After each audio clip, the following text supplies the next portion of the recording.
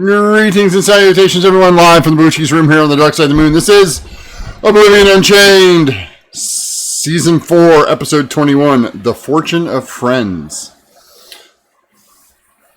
I think I spelled friends right. I don't know. Maybe I did, maybe I didn't. Anyway, we're back. We had a slight hiccup last week. Also, we're going to be playing this week. We will not be playing next week because next week is my anniversary. I will have been married about 160 years. So at least minimum. So give me 1 second while I move everybody's faces around.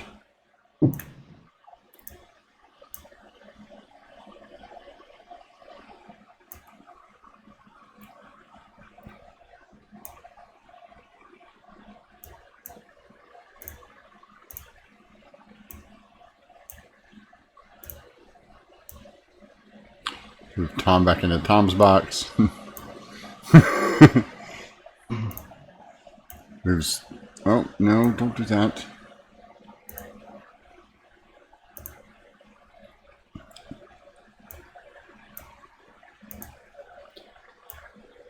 Move Banan back into Banam's box. Banan will not have a camera today. And then. What do they call that spell? I don't know. No, Ember's Invisible Realm. That's correct. Ah, yes. Oh, excuse me. Oh, yawn there. All right. We are going to get straight into it. We're going to do our introductions and get right on into role-playing today. There is no housekeeping other than we will not be playing next week. So, Manam. Hey, yo, this is Manam. This is Muhammad Absalam. Playing from, well, the technical person close to the sea, the character far from the sea, sadly, at the moment. Yeah, he have a few explanation and a crown in his head. And, yeah, he have a lot of explanation about that.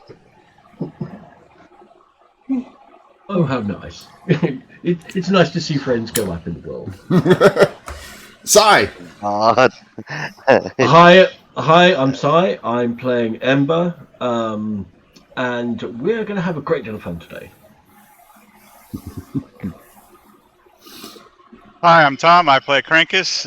Krankus who has a face for radio and looking to have some fun.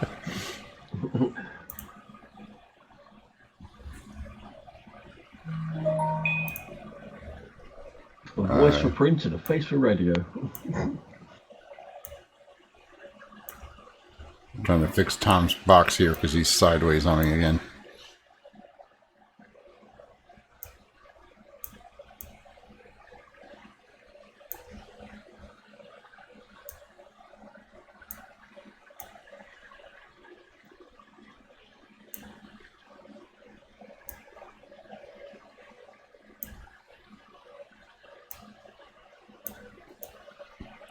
You know, Tom, you were just wrong today.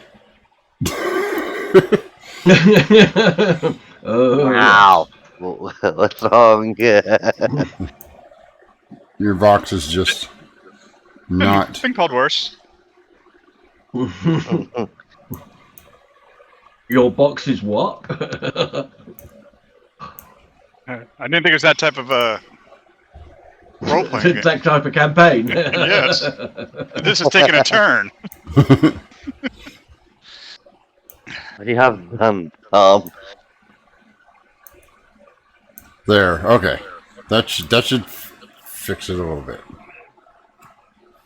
When we last left our intrepid heroes... Oh, Tom, I'm getting a little reverb. When we last left our intrepid heroes, they had just finished destroying the evilness of the demon. Came back to where Ember... Oh, gee, there you go. I don't know what's going on here. Ember ran into her father, who happened to show up at her grove on his way to a honeymoon, or at the end of his honeymoon, not sure which.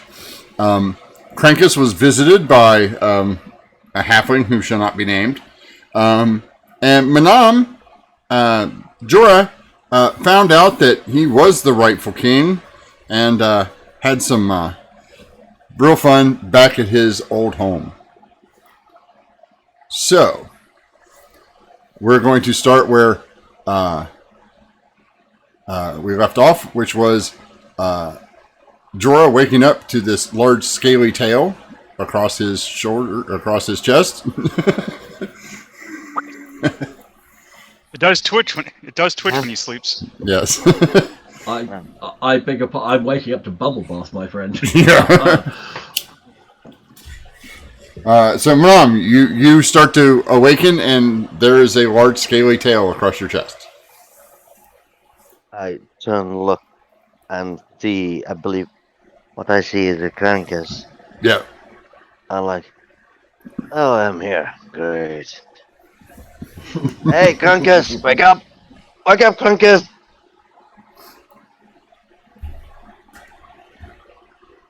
Krankus! I push him. You push him. Mickey. What can I tell you, Tom, if you're talking? Oh, you're here. That means we got some stuff to do. I'm kind of glad you're here. About? I had to make a promise to get you thank back. Water boy, Uh-oh. let's go. Wait. What's the promise to get me back? Well, I gotta go take care of Agatha. Well, which is actually not a bad thing because she has a book that's, if we don't take care of her, it's gonna fall in the wrong hands anyway. So, welcome back. And of course, the right hands are my hands. True. Yeah, we need to talk to him. Yes, we need to get. And while he talks, while you turn, if you fully open your eye and look to him, you're gonna see a crown sitting in his head.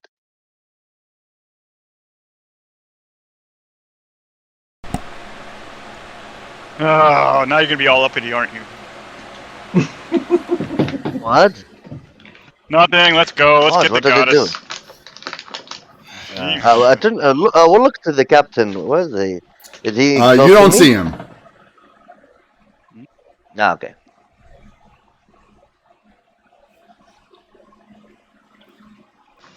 Let's wait for Ember until she finish her. Ember, as usual, you're up and escorting, beginning to escort everybody out of your your private sanctum there. Yeah. And you notice that Jorah's there, and he looks quite refreshed and odd because he does have this really gorgeous ancient crown on his head. Oh. I see you picked up a trinket or two on the. Good morning. I see you picked up a trinket or two along the way. Yeah, water boy's getting uppity. But we got some stuff to take care of. I'm And you're not welcome, getting water there. boy. I still do not understand what you did. Second, I'm not getting up to be, and this is not a trinket. Of course, it's a trinket, dear boy. I mean, it might be a trinket that means something, but it is a trinket. In literal sense, okay, it's a trinket. But yeah, we need to talk about few things we need to do. I will look to the king, bow to him respectfully. Good morning. Good morning, Your Highness.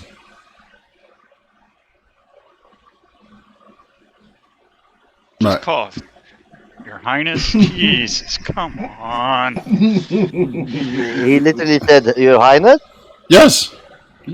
You're wearing a crown. Oh, okay. You're again, you know that there was a large magical emanation when you accepted the crown. Yeah, I remember that. So it give away for everyone that he is the king, like it or not. Everybody know now. Well, not everybody. Just the people, Well, just the important people. Just yeah. Well, it's so nice to see you climbing up the social ladder, dear boy. It's I that is the path I have to choose in the end. But as I said, Amber, we need to talk very important thing about Agatha, about the mage, and about the king. yeah. Well, I to be fair, I've got to go and have a little chat with the king fairly shortly, but we can certainly have a chat before then. When I say chat with the king, I mean Well, in order to get going Waterboy back, and there should be no king. I had to promise that we took care of Agatha right away, post haste and all stuff. So I mean, to be fair, Agatha has been on the list of people that need to be dealt with at some point anyway. So well, I I'm moved not. her up the list then. Here, No, and no, like no. Fair enough. the I'm not. problem, just to point out, we need to deal with Agatha. After we dealing with Mhm. Agatha, we need to deal with the Dark Mage. And when I say deal, in literal sense, they will should be no longer in this world. Then after dealing Yeah, with them, we go deal with the king because something we found out all like these three people, they the one who screw up this place mostly. Even if somehow kind of protected, at the same time they the one who make a problem yeah, for and they're not. Yeah, I 100% agree with you. They are basically the three major problems. I mean, apart from Grandad, of course. Um, yeah. But first, but I believe Agatha should have a book. By the way, DM, to make sure, I also know about the book because the Dark Mage told me about it, right? Yes. Yeah. So, oh, Krankus, did you take your long the, rest there, buddy? I can do yeah, it on the thing.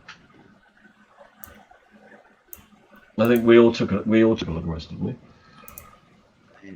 for me, I think it will take time I, I'm, before yeah, I mean, I have to go this and see the king king will and pop explain to out. him. Oh, well, I've got to go and see the king because I've got to explain to him that if he doesn't withdraw his troops from the border, I'm going to go and massacre half of them just to make a point. Oh, interesting.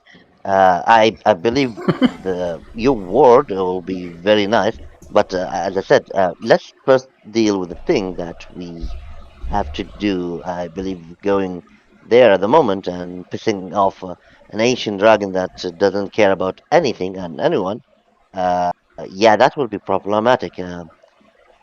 So I believe we should not do that. I will turn my king. To the king of the giant. We gonna deal with that king. When I say deal, my king, I mean uh, one for all. And talking to him is literally just will raise his army against us. Uh, is his army attacking the border at the moment? I was sitting there. The moment they're sat there, as far as we understand. But he's it's an obvious provocation and basically a stupid piece of gamesmanship. And frankly, he needs to be slapped around a little bit just to explain.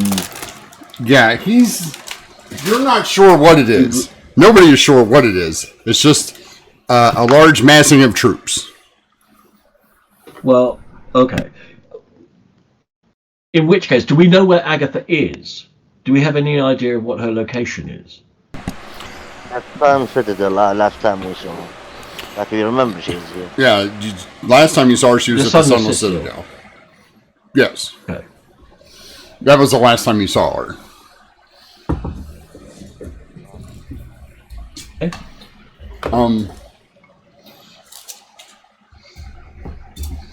Ember, as you start to look around, you do notice that the leaves have started to change a bit in your grove. Some of them have fallen. you can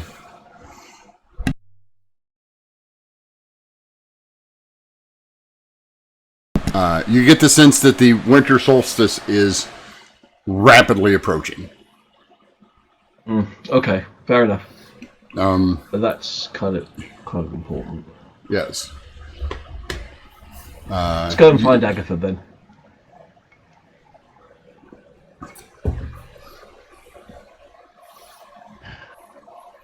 All right, are you guys heading to the Sunless Citadel? I will turn around. I will turn around to my father and say, "Father, I will deal with the king, and we'll get those troops moved off your border shortly, one way or another." Very well. We are on our way back. So, Okay. Well, can we give you a lift to the Sunless Citadel? no, we're just going to go straight back. Okay. He reaches down and gives you a hug. The queen reaches down, gives you a hug, and then gently slips something into your hand. Mm-hmm. Okay. Well, I'll quietly take that, and it's been delightful. You are always welcome at the Grove. And she whispers to you, "Be safe."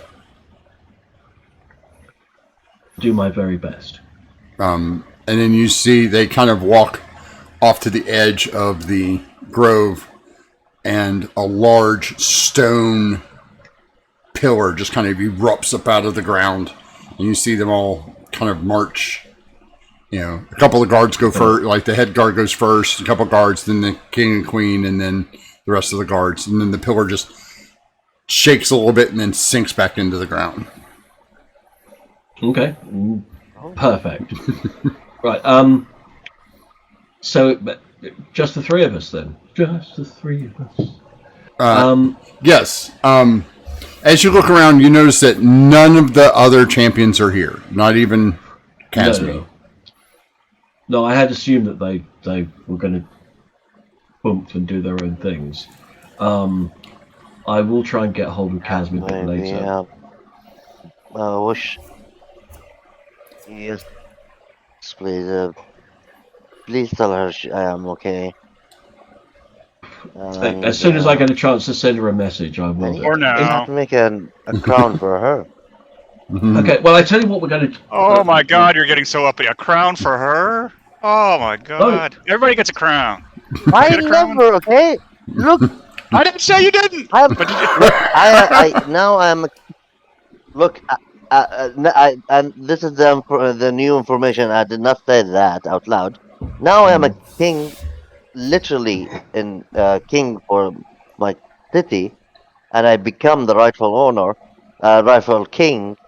I want Casmi to be. I'll look to Amber, little bit blush, and I want to be with my side. Well, that's And fine. I've got. by the listen, way, Amber, if she wants to be there, I have no objection. Oh, there's a yeah. first. By the way, Amber, I start calling myself. If he gets to be king, can I by be the like way- Lord or Emperor or something? Oh, don't worry. I have something. I have something in mind. yeah. By the way, Amber. Okay. By the way, Amber, the place that I teleported Mr. Pirate's boyfriend, want to be boyfriend, He would love to be. I literally, he teleported to hell first. Yeah, he teleported to hell first. Then somehow I able to teleport us to my birthplace, my original Well, birthplace. And Okay, well, that was good. while swimming there, first saving his life before, because he cannot breathe underwater, wasn't easy matter. after dealing with that, I found out. Give me a second because I'm opening my sheet and my notes, and my note doesn't want to open. God, please open. Uh, get my. I want to see if Amber have a knowledge of both the name of the king and the queen, Laura and what's his name? Can I make a history check or? Yes, you can make a history check. Okay.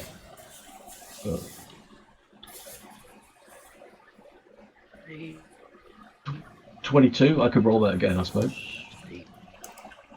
because I've got advantage.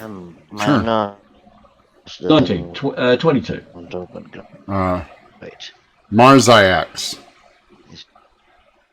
Marzyax. I'll print it here. Marzys. It might not AX. It's only your open. X. Okay. Marziax. But I will give her the.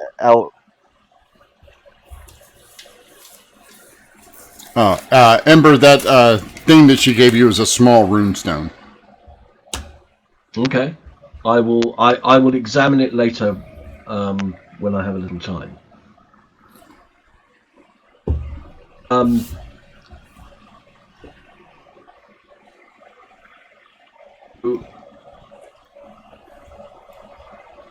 We're going after Agatha.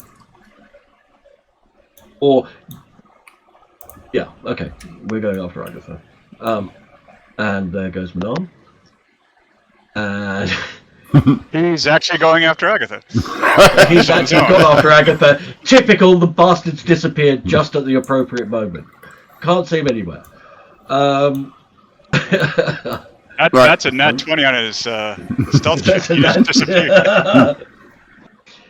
Didn't just disappear from the game, disappeared from reality. Yes.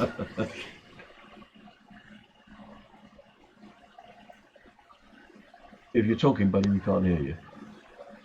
Can you hear me now? Yeah, there we Yes, go. we can hear you now. Sorry, I have to change the room location so the internet is reaching.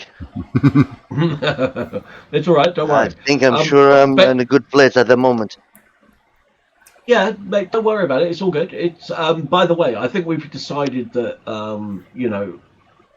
we're going straight off to the Southern Citadel, unless there's anything else you want to discuss further. I mean, I just told you that little bit thing that what exactly happened in the teleportation. I hope you heard all what I said. Yeah. Yeah. Went to hell first, then back to your place, then after saving his life, and it all. Then you got the crown, and then you became king, and everything's hunky dory. Yes. Okay. So you guys, In a nutshell. I'm assuming you're teleporting outside the Sunless Citadel, walking back in, or are you teleporting right outside the tavern?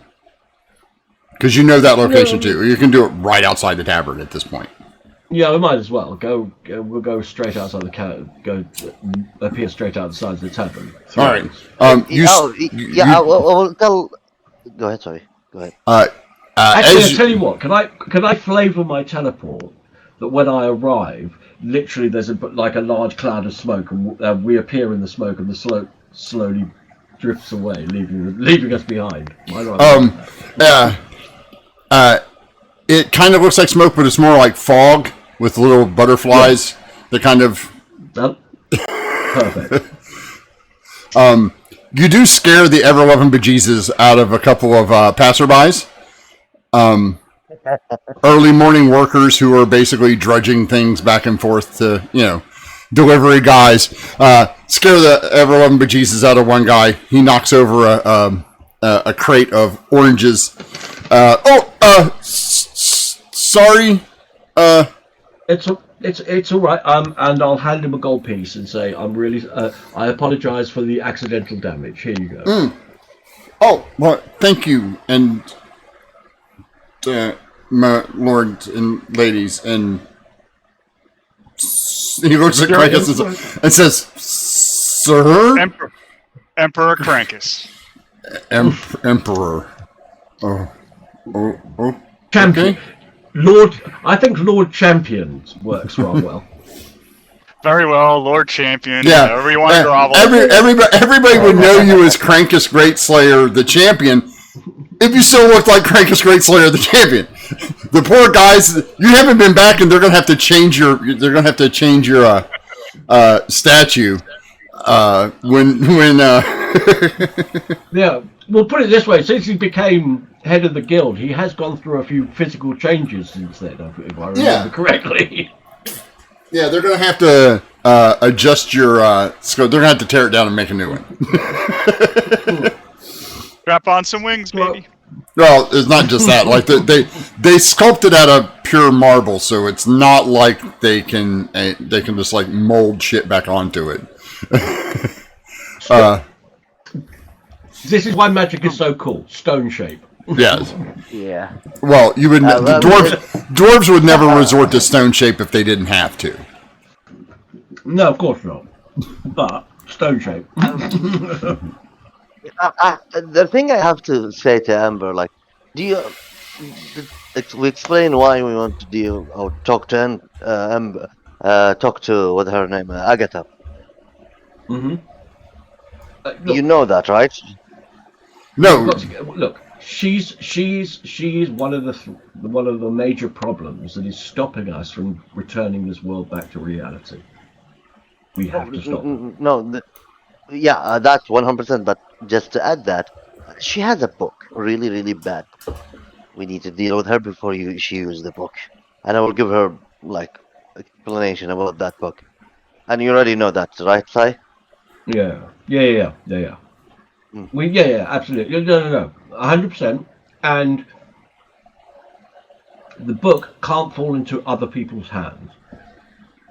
Especially the Dark Mages. Krakus is like, especially the Dark Mages. I'll just point out. Put it this way, I will I'll tell keep it. That way it won't go into anybody else's hands. I will tell Amber that the Dark Mages, the moment I become the king, my people, my country, he came to me asking me, sound and order me, that I lead my people to war, but I rejected him. Oh, well, I said, I don't want to argue with him, so, yeah, I was like, just I'll think about it, and just ignored him. And he told me about the book that Agatha have, and he asked me to bring him the book back. Hell no. But for me, I believe we might... This is precisely why I'm saying I should keep it, because then it won't fall. You can keep it. I believe the book is safe in your hand. But I mean, when we deal with Agatha, when we go to the Dark Mage, we deal with him. We need to remember he is not alone. He is now semi-control of the Leviathan. Just to give you that. I remember. Yeah. That's all right. Maybe if we can break the control, we can get the Leviathan on our side. I don't believe it. Leviathan is a chaotic creature that wants to destroy everything. So it will try to kill the Dark Mage, yes, and after that it'll try to kill us. Okay, well, if he does it in that order, I don't have a problem with it. You guys are discussing this in the middle of the street, and the guy picking up the oranges is kind of like, every now and then he just kind of looks at you guys like, you appear to be royalty, but you also appear to be completely crazy. I mean, to be fair, two of us are actually wearing crowns. So you guys enter the tavern. And there is a strange tableau that unfolds in front of you. You notice that the troll and the ogre are both laying in a heap, unconscious. One of the dwarves, the assassins that you know, at the table, is upside down, hanging from one of the torch clamps, apparently unconscious, and the other two are currently pinned against the wall with a rapier and a scimitar, or two scimitars. Each of them have blades pressed up against their throat, and you see this person.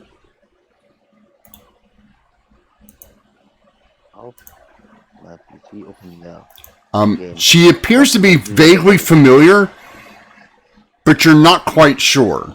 Give me an intelligence check, each and every one of you. I'm gonna roll intelligence check for me, please. Yeah, straight up. Ability check. 15, and I got another roll of those. Can someone please share the screen with me because Foundry doesn't open my laptop for some reason.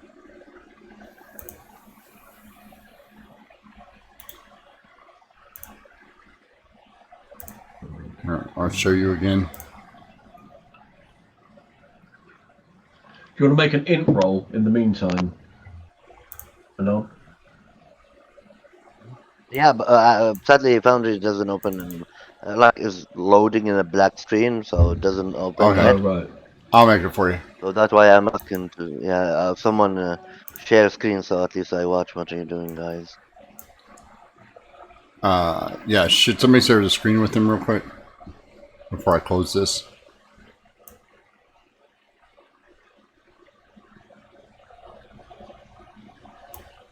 For some reason it won't let me share the...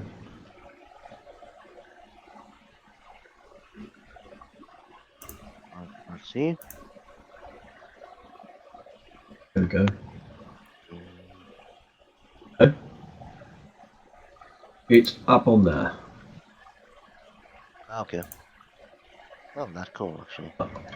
I believe that is...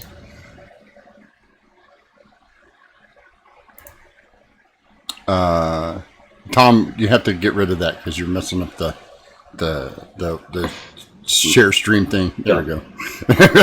Well, he's had a chance to have a look at it now. Okay. Ember, did you roll? Oh, you rolled your second one. Yeah, you guys aren't quite sure. She looks really familiar. And as the door swings open and you step in, she turns to you and goes, "Ah, Auntie Ember, it's good to see you again." And you recognize the voice. It's the princess, but she looks quite a lot older. Very much older. Ember, you can automatically infer that she has spent quite a bit of time in the Fey realm, where time is, Wonky. Yeah, timey-wimey. Wibbly-wobbly, timey-wimey trip. Yes. She appears to be in her mid-20s at this point. She's like, Princess, delightful to see you. Oh, that is the princess. yes. Been a long time. Yeah, I hope your mother is everybody royalty? I mean, is there like not somebody who's royalty? She's like, To be fair, I'll say that- no. To be fair, very few in my social circle. No. I will say to the princess, first, nice meeting you again, princess, and I hope your mother's still not mad at me. oh no, she's not upset anymore. Matter of fact, she's quite pleased with the fact that you all kept me safe and delivered me to where I was supposed to be, and she's eternally grateful. However, I am here to retrieve something, and these ungrateful sods wanted to try to remove my coin purse from me, so And the one assassin's like, in my defense, that's my job. It's what I get paid to do. Can I? By the way, can I suggest Embry? Go to Embry. Mention my name. They'll give you a job. Absolutely. We will be on the first ship. We will be on the first ship out of here. Thank you so much. If you could convince the young lady to put down the sword, we will be on our way. Princess, I'm fairly certain that these gentlemen are no longer going to be threatening you. Oh, okay. And you see her just kind of, both the scimitars just kind of like disappear back into their sheaths. They hastily grab their friend off of the torch and scurry off, bowing profusely. The one guy's carrying, the bruiser is carrying the other little guy, and the one who normally speaks, same one that you paid, Ember. Mm-hmm. He's like, thank you, Your Highness, and Your Highness, and Your Highness, and Your Lordship. Your Lordship. your Lordship. Thank you. And they just kind of disappear out the door. No. I'm quite serious about Embry. Go to Embry. Mention my name. They'll give you a job. They're going to be somewhere not here. Shouldn't we ask him about where the Agatha? Well, you still have a barkeep who is completely nonplussed about the entire ordeal. I'm going to wander over to him. I'm going to take 5 gold pieces out of my capacious pouch. I will put them on the counter and say, for your trouble and to cover any damages. Oh no! I couldn't take your money, your Lady Ember. Heaven forbid. Yes. It's just bad. It's just bad form. and he goes and he reaches out and he hands you a card that says he's a member of the Thieves Guild. Oh, I see. Fair enough.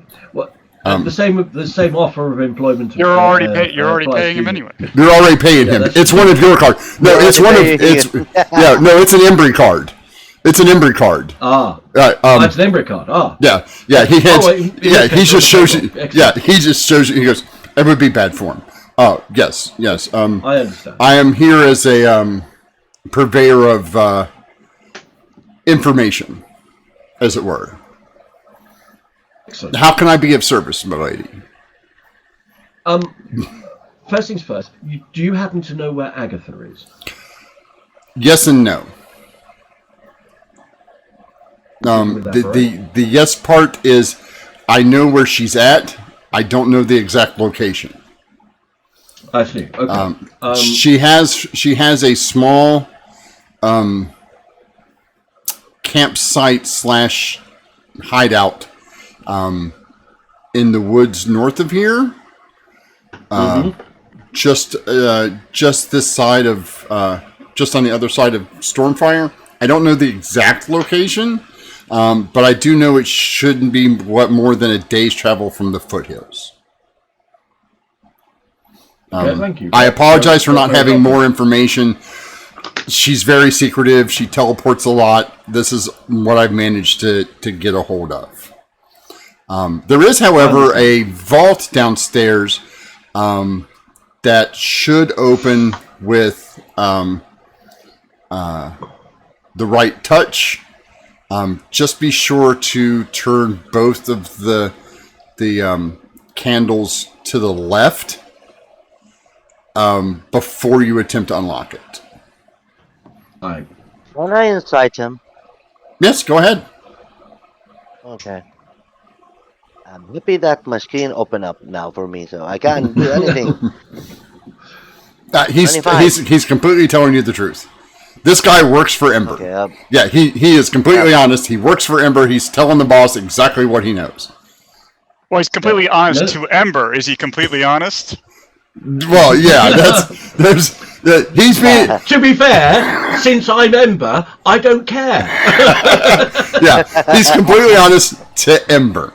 Everything he has said to Ember right now is the truth. That works for me. In which case, I will say, thank you very much. Oh, Sorry, I'm just gonna go off mic 2 secs. okay. And we'll follow. He looks at Krankus and Jorah and says, unfortunately for my cover to stay intact, I am going to have you knock me out. If you could, please. Oh, well, okay. Wait, no, wait. Krankus, I will turn and look at Krankus like holding my hand up in front of him. Knock out, not kill. Tomato, tomato. No, they're different, literally. Just tap him. But it will have to leave. Unfortunately, mistress, you do know that it will have to leave a bruise. I will make sure you have a bruise. Oh God. Yeah, Krankus, you haul off. I'm assuming you're trying to do non-lethal to him, right, Krankus? I guess. Can I make a medicine check if the guy died? I mean, getting no. hit by a Krankus Yeah, great. he's a very burly human. Like he's a burly guy. Like he is not. So he's not some scrawny little thing. He's a hefty. He's like 6 foot, about 206, 207. Looks like he's got a few years on him. Pull it, otherwise you're gonna crack it, or you're gonna break a jaw. Or something. He wanted bruises. I didn't go into. I didn't rage. Like Krankus was talking like smacking the man and threw him like. So Krankus punches him. Yeah. The guy drops to one knee. You're kind of like, ugh. Oh, that was pretty good. Yeah, by the way, as soon as you didn't even finish the sentence, you're gonna have to beat me. Krankus hits him again. This time he does go down, Krankus. But you are impressed at the fact that he took the first one and didn't go completely unconscious. You're like, oh yeah, he's.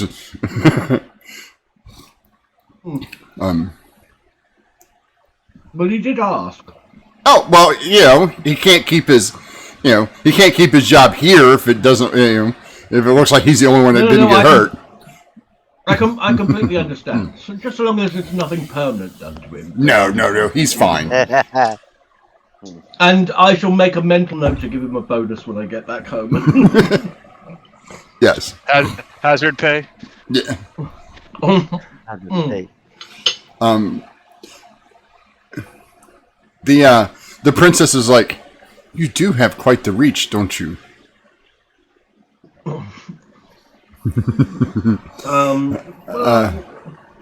So shall we liberate the vault first and then find this woman? Have to find her quickly. Yeah, we do. And to be fair, we do have the best person for opening vaults with us. You're welcome. Wave. Manam? Yeah. Let's go. Yeah, the king. Who's Manam? You mean Jorah? Jorah, let's go. You guys go down to the basement. Jorah, it is between you and Krankus. The secret entrance to the small tunnel is not secret. It's literally right behind the giant keg. You just kind of move the thing out of the way. Like it's just like the two of you walk downstairs and you both point to the corner and go, "It's over there."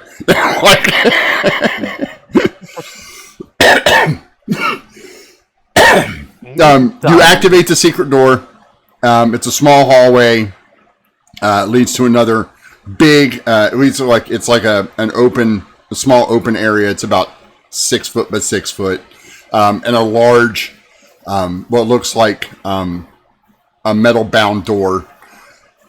You can see the runes on it. I'm assuming you take your friend's advice and Candles. Yeah. Turn both of the candles. The candles are magically lit, so you turn them sideways, and when you turn both of them to the left, they start, instead of being the normal candle color, they both start to glow blue. Two of the runes kind of glow a little bit and then disappear. And now you're just left with this enormously locked door. First I'll check for traps. Your Eminence, if you may. Mm-hmm. I think you're gonna In, torture in me with that. preparation, bardic inspiration. What are your perception? Ember, you attempt to give him bardic inspiration, but can't. He already has it. Oh, Right? As you're surely like, that would have worn off. no. As you go to do it, and she's like, the princess looks at you and goes, "Oh, I'm sorry. If you want to, I did it when we came downstairs." Oh, if you, oh, in which case, fair enough. So, is it investigation or perception? Investigation. Okay, and what's her bardic inspiration? Her bardic inspiration is a D8. I'm sorry, D8, because she's 10th level. D8. Okay. D8. 30. Yeah. Yes, there is still a small trap. It's a poison dart in the lock, which you were like, oh, and you just kind of pull it out and set it off to the side. Nice. Nothing I use it to doing clean all up that. my hooves. You did not need the bardic inspiration, so you get to keep it. That's at 10th level. He still gets to keep it from her, or is it gone? If she College of Eloquence, No. then it's gone. Yeah. Because it's just bardic inspiration only 10 minutes. Yeah. No. College of Eloquence is also the one that allows you to bounce it around and keep it and stuff. All right, make your roll. Which roll? I already rolled 27 plus 5.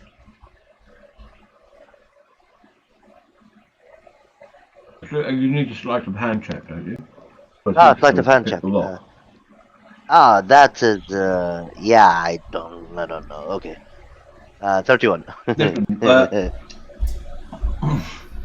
Are you doing it without looking? Is that what's going on? I'm turning, looking to the Crankers and telling him, and I'll look to the princess and tell her, may I ask, princess, if that's okay with you? You sent here to mission to retrieve something you said. If that, please, can you elaborate what you are retrieving? Oh yes, We can help you. my mother's spellbook. Okay. I will look to Ember. I said, that? Yeah, Ember. I'm quite happy for it to be returned to the Fae Queen, if that's who it belongs to. Let's make sure that it doesn't fall into the wrong hands. Manam, you're like click while you're talking to the door, just like eat. This vault is empty. Empty. There's nothing in there. Yeah, even with Krankus and Jorah wandering around looking for things for about 2 minutes, there ain't nothing in here. There's a couple of hidden compartments and a couple of the this place is Cleaned out.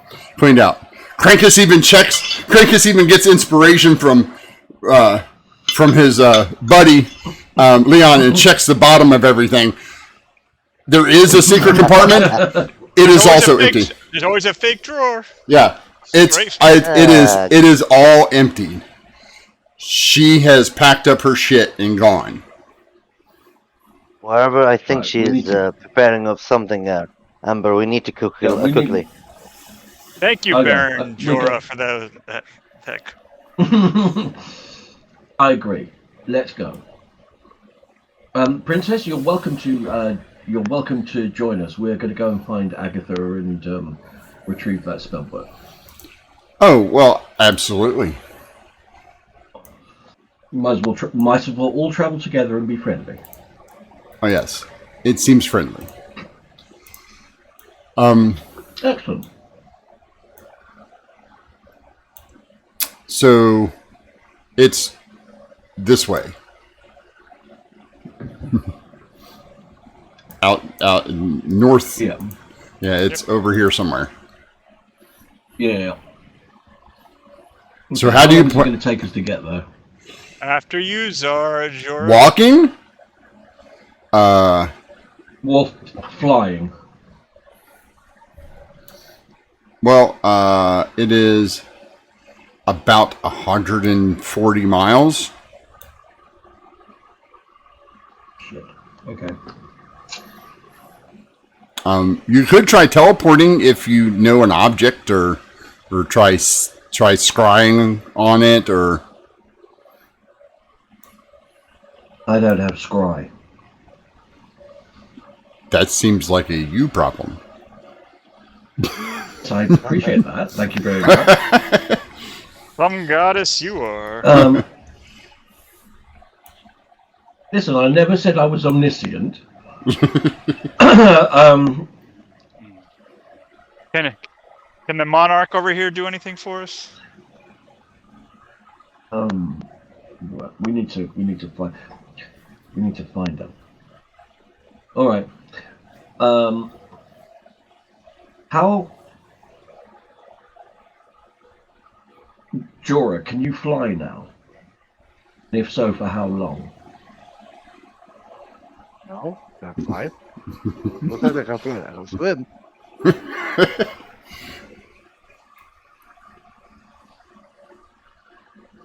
Right. The princess looks at you and goes, I guess we could travel through the Fey roads, but that could get a little sketchy.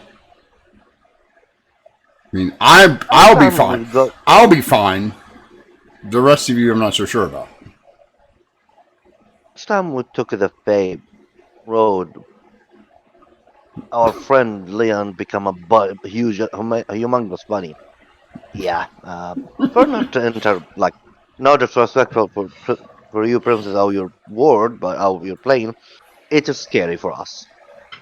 Well, that's why I didn't mention it before, but if we need to travel quickly, that's the fastest way.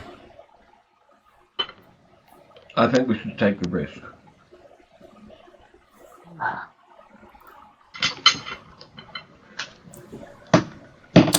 Very well, then. Look, I know you did. She walks. She said, well, we'll have to go outside. Let's go. I'm gonna scare more people. So, do we need to leave the city and Yes. look to a tree? Okay. Well, good. no, it's not a tree per se. Oh, you'll see. We'll lock up the safe. We'll lock up the vault again. Okay. I will go. I will lock up the safe and I will tweak the trap. So the next person, even if they know they're trapped, the trap will be a little bit different in activation. If you can allow me to do that. Yep. Give me a sleight of hand.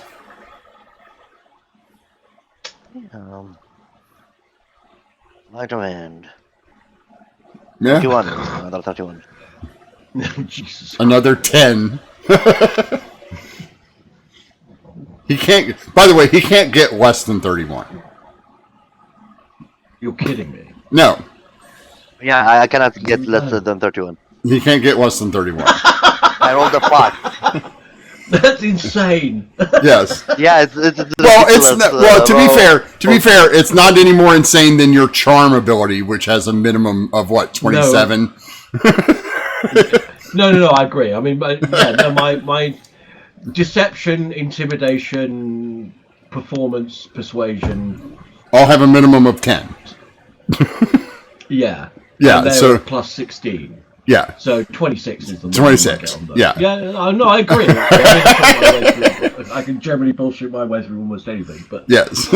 That's all. So I don't want to hear any complaints about the guy who has two skills that work like that. I'm not complaining. I'm enjoying the fact that So you do that. You guys walk. Takes you about 15 minutes to get out to this small creek, and then there's a little pool at the end of the creek where it kind of pulls up a little bit and then runs further down. She's like, there it is. The pool. Yes, you have to jump in. Swim to the bottom and touch the toadstool at the bottom. Just a precaution.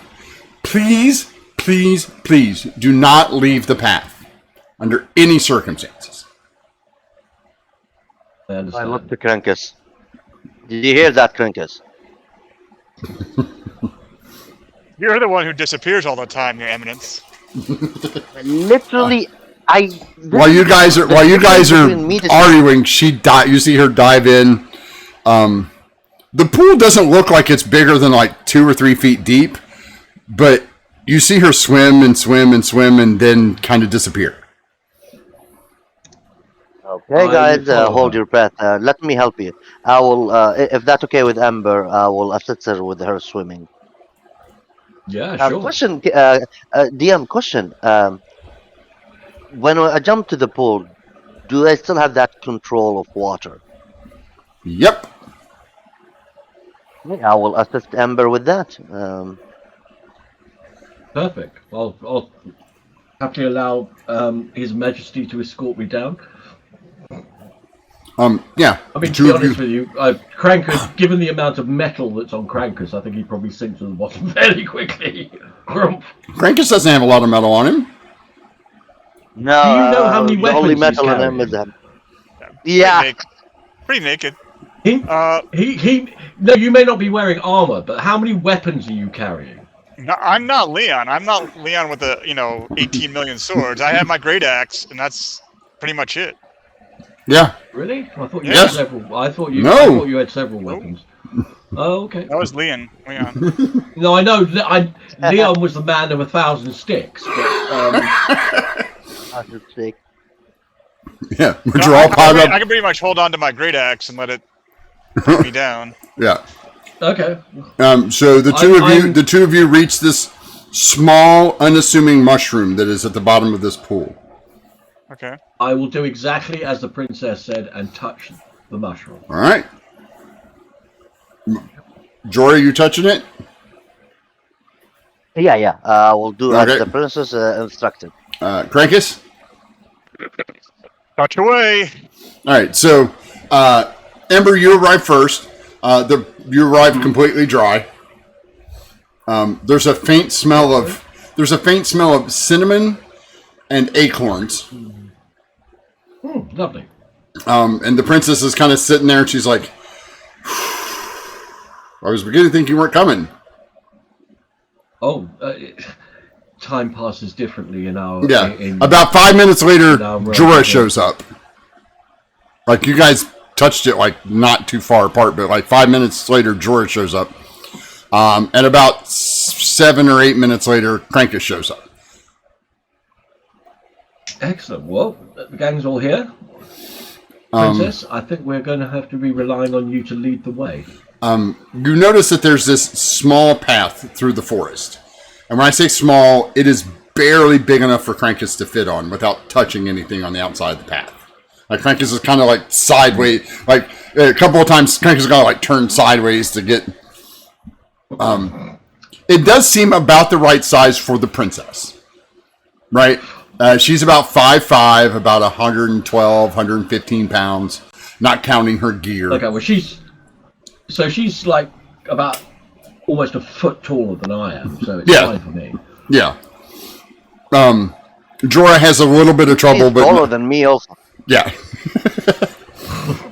Yeah, I'm 5'10", 5'11". Like... Yeah, well, she's 5'5", so you're taller than she is. Oh, okay. Yeah. Okay. No, what'd you thought I said? 6'5"? That's really tall. No, she's an elf. No, she's an elf. She's like 5'5", about $110. Not counting the 2 giant scimitars on her back. You know she's not wearing armor. She just have like a robe and a couple of rings on, and a necklace, but nothing too bulky. And Ember, you do notice that she does have wearing like a breastplate. No, she's not wearing any armor. Like she was wearing... Yeah. Okay, that's cool. Yeah, she's not wearing any. It looks that way, but as you look at her, you can tell just by your Arcana that it's mage armor. That it is it's like a it looks real. Because I always think that mage armor should look like armor. So, but you get a glimpse of it kind of sideways. It's kind of translucent. You're like, oh, that's mage armor. And you do notice that she does have strapped to her small backpack that she had. She has just the little one. That there's a small book strapped to it, which you could probably tell. It's got some runes on it, and as you're following behind her, you can tell it's a spell book. Okay, cool. As you guys move through, She's obviously a bard, so she's a caster. Well, she also has a spell book, like an actual spell book. Yeah, and she can also wield swords, so she's obviously she's well trained. Yeah, you can tell that her mother has trained her, and the other gentleman has trained her. The seneschal has trained her as well, because he was training her before. Plus, Leon trained her. Crankus trained her a little bit. Jorah trained her. She has gotten the best of pretty much everybody.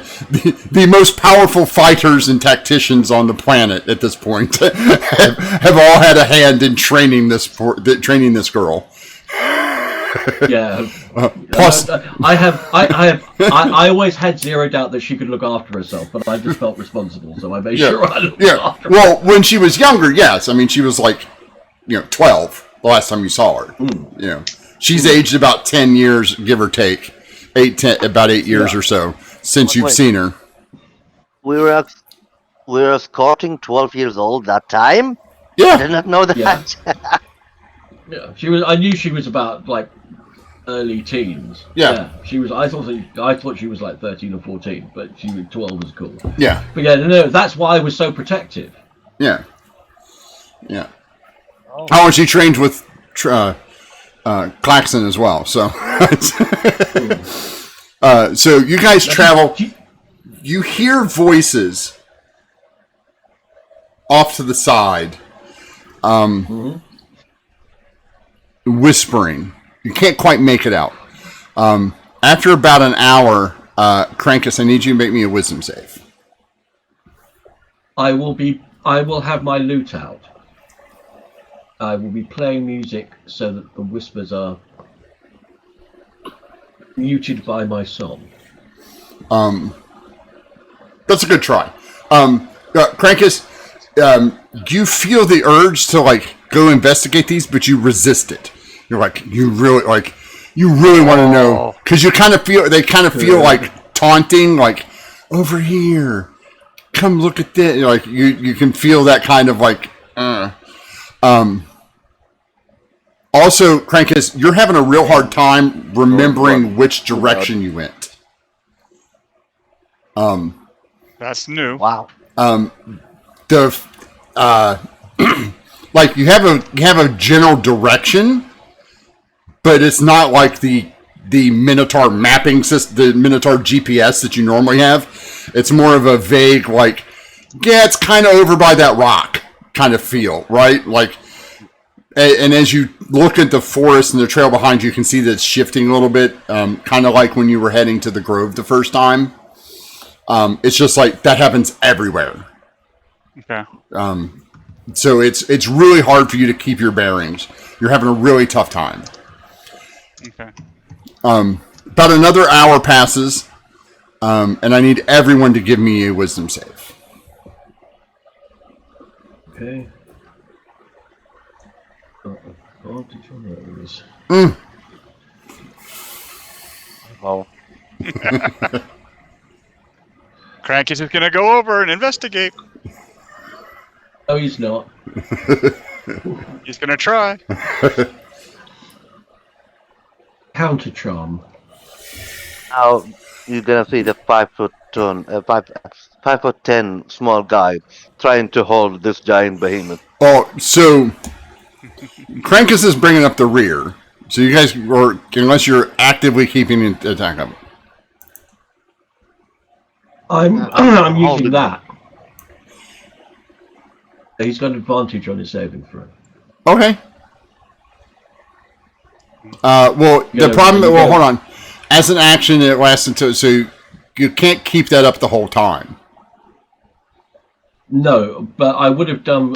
I would have been singing, and as soon as I can see him starting to be. Well, that's what I'm stunned, saying. then Well, you that's counter what that's charge what I'm out. saying. Like, it's the princess, you, Jorah, Krankus, and you're not Right. in exactly line of sight. Oh, okay, but fair enough. So what I'm going to do is I'm going to have you guys.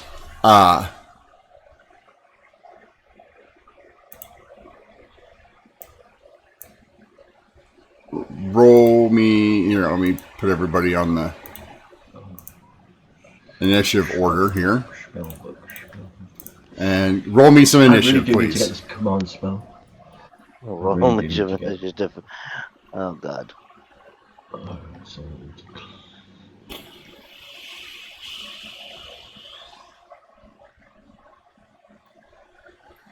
gee, even with advantage, you've got an 8. Yep. God, truth. Still, you're at a 10, so. Jorah? Yeah, excellent. I rolled a 4 with advantage. Yeah. Yeah, Krankus rolled a 4. With advantage. And you rolled a 3. So, all right. So, luckily, the princess is keeping an eye out. And as Krankus turns and goes, gets ready to step off of the path, the every bard gets counter charm. She does what you would do, except hers is more of a high pitched, shrill, like Okay. an animal call. And Krankus, you get to make your saving throw again. This time with inspiration, or bardic inspiration.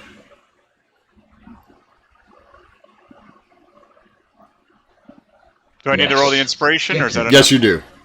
All right. So what is that? A D D8. D8? Yep. All right, you make it this time. Just as you get ready to step off, you feel this sharp, piercing bird call in your ear, and you're like, "What? What?" You didn't need the dog whistle. I heard. I know. I know.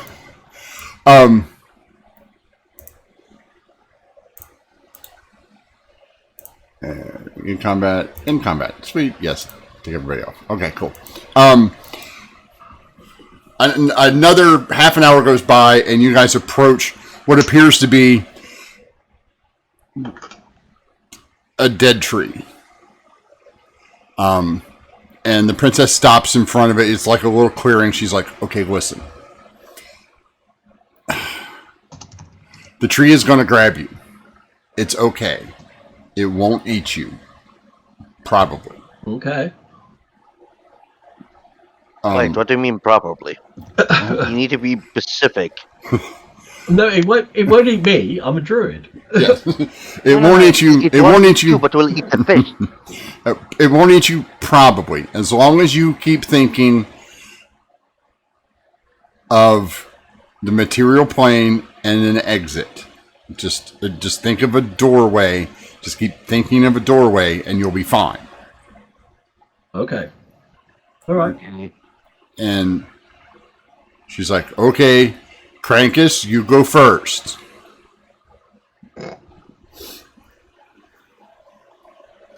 You're talking, Krankus, buddy. We can't hear you.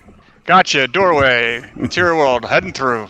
all right, so you walk up, and this thing reaches down and just like grabs you.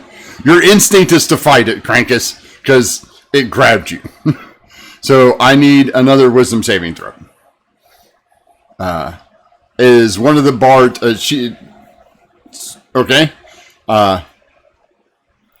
You manage to resist the urge to bite it, and you see it kind of pull Krankus towards it as he's enveloped inside the tree trunk itself, he disappears.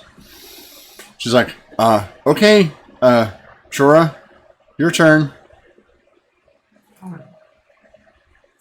Exit material plane. Exit material plane. Exit material plane. Walk front of the tree. Give me a wisdom save. Okay. Are you giving him? That's. Oh God. I need bard inspiration before her. You can have one. Oh, too late for that. Yeah, you have to give it beforehand. D12. It's not a reaction. No, it's not a bardic inspiration is not a reaction. Then, so Jorah. Then I rolled 2. Yeah.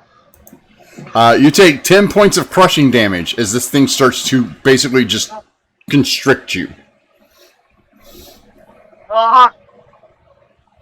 Princess? Now would you like to give him bardic inspiration, Ember? Ah, Okay, so now you get one. Make another wisdom save, Jorah. DC has gone up. DC has gone up a little bit because it's harder. Because it is now harder. 16. You might want to roll that D12. Oof. I will roll a D12 for that. Where's the? Yeah. You're the one who rolled a D12? No. You roll it. you roll it. Go for it. Okay. Sorry, I kind of. No. 21. All right. It is 20, Finally, yeah, 21. So finally, Jorah stops struggling, and Oh, it's so gets close to swallowed up. happen. She's like, okay, Miss, okay, Auntie, it's your turn.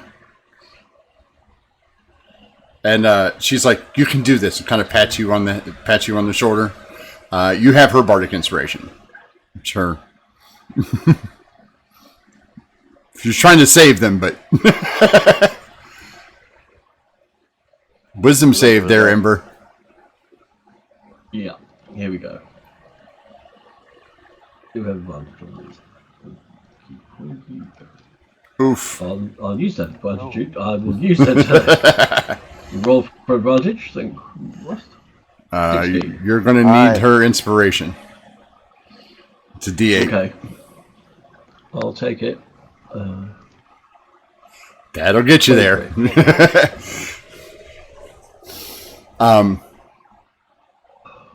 And then she I will does give this. her an inspiration What? before she leaves, just in case. Well, okay, yeah, she doesn't need one. She's the princess. Yeah, the tree is Okay. not in the remote. The tree is not remote even going to think about trying to eat the queen's daughter. Fair enough. I just Even the tree is smart enough to not do that. okay, that's good. You all appear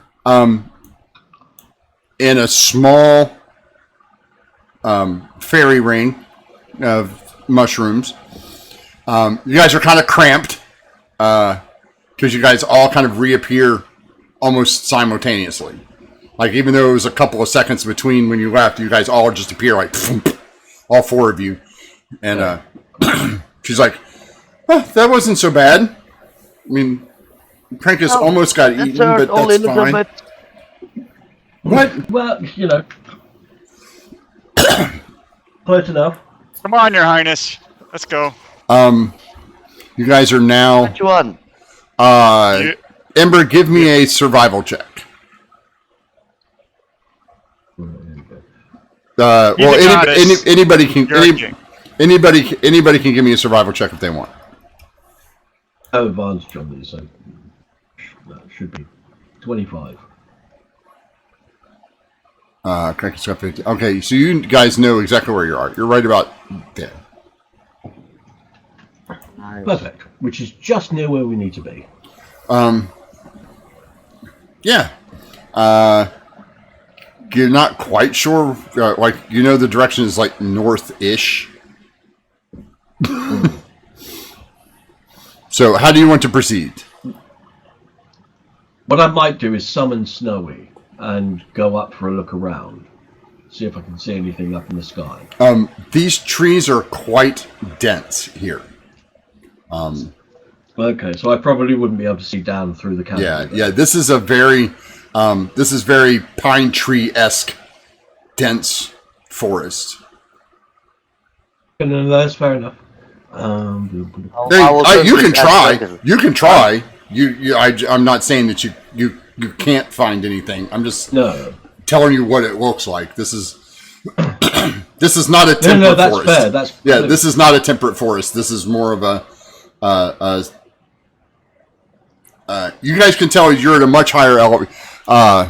You and Crankus both. You are a much higher elevation than here. Like it goes up the mountains, and this is at the top of. Like even though it's quote unquote foothills of a mountain, it's still much higher elevation than when you left. So it's more coniferous than deciduous. Yes, absolutely, and slightly cooler. All right. Yeah. Okay. Crankus and ask him, Crankus, don't you have a good smell of sense of smell? I can smell okay.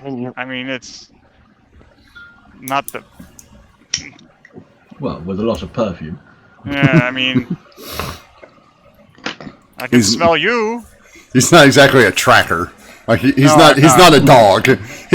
You're like you have a good sense of smell, and you look at this snout, and it's like, no, this snout is meant for biting and clamping on things, not sniffing and if he was more canine, I would say yes. But Yeah. No, fair enough. I mean, to be fair, I could wild shape into. Yeah, my sense of direction is based on being there before, not smelling it out. Yeah. Yeah, no, fair enough. I mean, I could wild shape into a wolf and see whether or not I could pick up her scent. You can try that. Try to. While she's doing that, I will try to see if, like, someone passed this. Tracks? Yes, wood. give me a survival check. I'm not good at survival, but I'll try. Look, Jora's not good on something. No, you can't really. Like, there's not much around here. Ember, are you turning into a wolf? Yes. All right. I will. Let me just check to see what. Make sure I can do that. I'm fairly sure I can.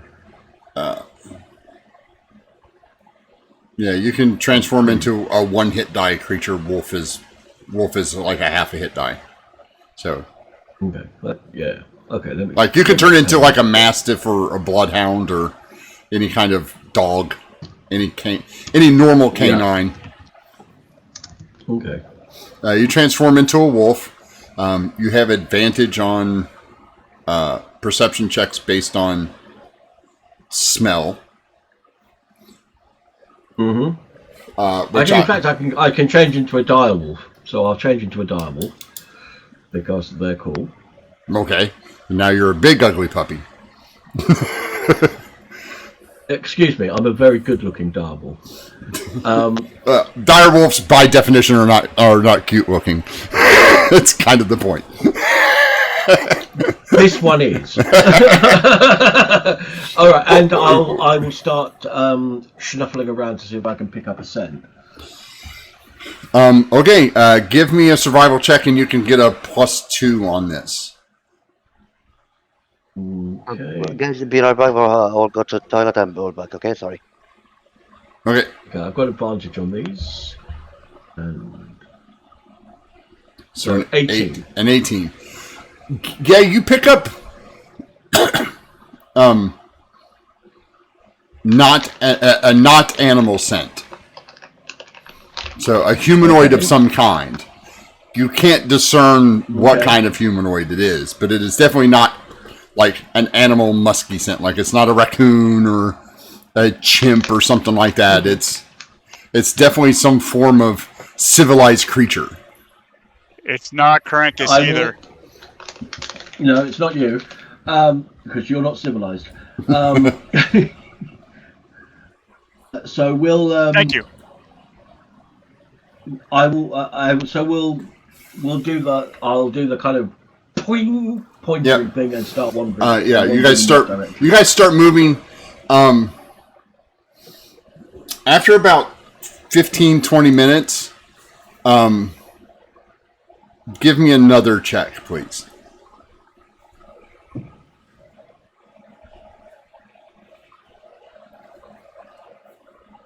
And 27. This time you definitely pick up. You can tell what it is. It's you have been around this scent for a long time. Before his scent kind of changed. This is definitely Minotaur. Interesting. Okay. But you can't speak, so you can't tell anybody what it is. But it's definitely Minotaur, and it's more than one. You can pick out several distinct scents. Krankus kind of still smells like a Minotaur, but his scent has been altered because of the additional animal parts, basically. Mm-hmm. Could I get an idea of how far away the scent is? Probably distance. Probably less than a mile. Like, they have come through here quite recently or often. And I've got a very good idea of what direction it is, yes? Oh, yes, absolutely. Okay. You reckon about how far? A mile, maybe? Yeah, about a mile. Okay, like they are not further than a mile away from you. Don't know if they're still moving, if they've stopped moving or whatever, but you can tell that it's been less than 15-20 minutes that they went by here. I will continue to track them in wolf form. Okay. Until I start to feel I'm getting close, like maybe 200 yards, 250 yards. Okay. That sort of thing. And as soon as I feel like I'm at that kind of range, then tell people. You're going to change back? I won't. Only at the point where we're about 200 yards away. Okay. Until that point, I'll remain as a wolf so I can continue to track them. So you guys travel for about another 15 minutes or so. Again, they're moving and you're moving. But you're not moving quite as fast as they are because you're actively tracking them, right? Yeah. Yeah. After about 15 minutes, Krankus, yes, you start to smell something. Give me a wisdom check, please.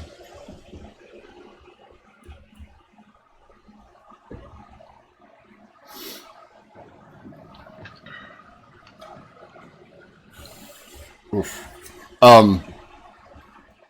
You're not quite sure what it is. Like, you have that nagging feeling that you should know something.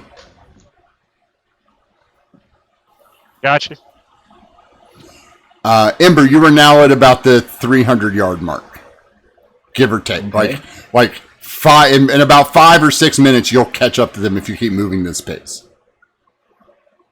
Okay. When I think we're about 2 minutes behind them, so at about 150 yards maybe, yeah, I will then transform back and turn around to everybody and say, we're tracking a number of Minotaur. What? Krankus takes off. He starts running. Krankus, as you hear this, make me another wisdom check. Wisdom check at advantage, please. Oh, come on. Again? Oh, come on. Oh. Krankus, I'm going to give you advantage because you have failed. You have literally rolled a 7, 5, and 5. So you're going to get inspiration for being way bad at this. I sense a bull-headed maneuver coming on. I was gonna say, if you said Minotaurs and we're like somewhat near the Sunless Citadel. He's gonna take off running after them. Yes. I understand. I appreciate that. Which is why I waited until we. The princess looks at you, Jorah, and goes, "What?" She said Minotaur, and he just took off. Should we follow him? Yes. If only to pick up the pieces afterwards. Manon, can you hear me? Yes. And like looking at it, I'm looking to Ember. Yeah. Do we follow? Actually, no. I will run behind him. Okay. I'll turn to the princess and say we should follow them. Okay. Krankus, you barrel ahead through the forest, just willy-nilly, headstrong. The opposite of stealth. A minotaur seeking missile. As you break through into this clearing, you see 3 minotaurs, all kind of dressed the same way, kind of in like hide armor, shields. 2 of them have shields. One of them has a large axe. And you come barreling into this clearing, and you just hear this voice go, "Stop where you are, or face our wrath." Do I recognize any of them? Yes, you do. This is your brother. Oh wow! Wow!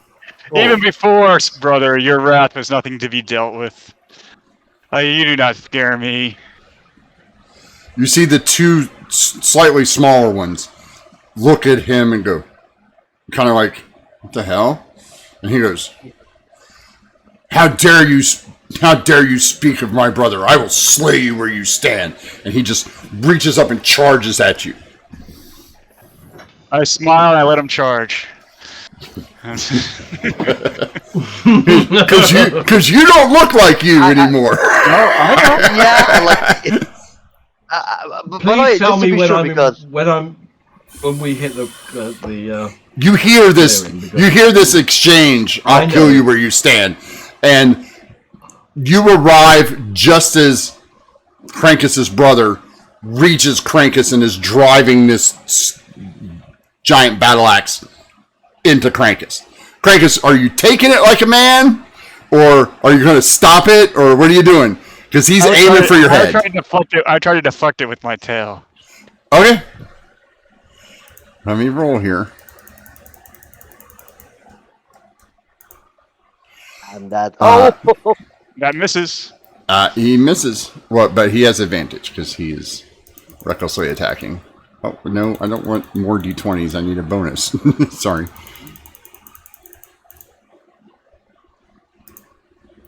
Oof. Still missing. Yeah. Question DM, who's bigger, Krankus or the Minotaurs? Krankus is bigger. Krankus is way bigger, but not by much to this Minotaur. Like Krankus is probably a good 6 inches taller than him, but it doesn't look like that. If you've ever seen 2 like power lifters standing next to each other and one of them's slightly bigger, it doesn't like there's not a lot. You can tell Krankus is bigger, but it's not by much. This Minotaur is basically, think like if The Rock was a Minotaur, right? You basically have somebody The Rock size versus somebody like Hulk Hogan size, who in his prime, I mean, Hogan's like 5 inches taller than The Rock in real life. He kind of dwarfs him a little bit. Krankus, this axe comes down and you just kind of move to one side a little bit, and he buries this thing almost to the blade to the haft into the ground. I'm gonna hug him like a grapple and be like, "Is he older or younger?" I don't. He's your younger brother. Oh, younger brother, don't you know a fight you can't win when you see it? I'm gonna try to like grapple. Give me 1 second. We're going to take a quick break here. No problem. Okay. Alright, how many minutes?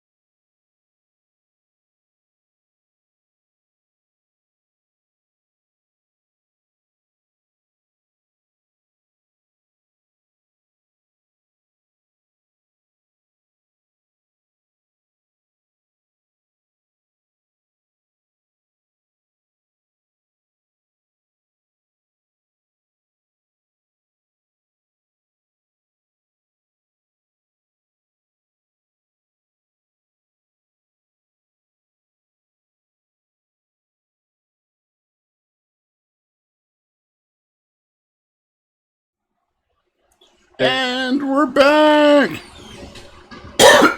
As I cough horribly. As always. All right, Krankus.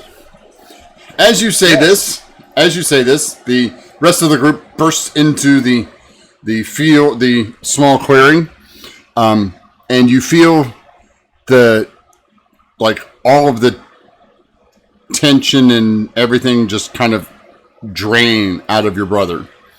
And he goes, Krankus, is that really you? I would have thought someone by now would have taught you how to properly wield an axe. I guess I should need to come back and teach you right. He just gives you this big hug, and you can see him start to cry. He goes, I thought you were dead. I thought. No, I survived. Guess I gotta teach you how to do the same. He kind of like rumors of our death have been greatly exaggerated. He kind of pushes you and he goes, "We've been surviving quite well without you, thank you." Don't know how that bad axe work. Well, I didn't want to give you any more scars than I've already given you. Yeah, good one. The other two Minotaurs are kind of staring at the two of you, and then the rest of them are like, Braytok, what is happening? He goes, this is my brother, Krankus. Mm-hmm. Let the village know. Tonight we feast. At least you got one thing right, brother. He goes, what brings you out here? We are isolated for a reason. This sounds weird, but we are here to take a book from a lady. What kind of lady? You guys are... He has yet to even acknowledge the rest of you. No. And they're heading off. Brother. And as you kind of leave the edge of this clearing, you can see you're on top of like a little hillock, and you can see down, and you see this small village. Probably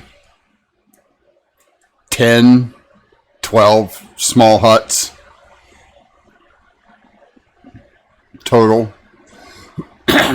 You can see probably 24 figures moving around.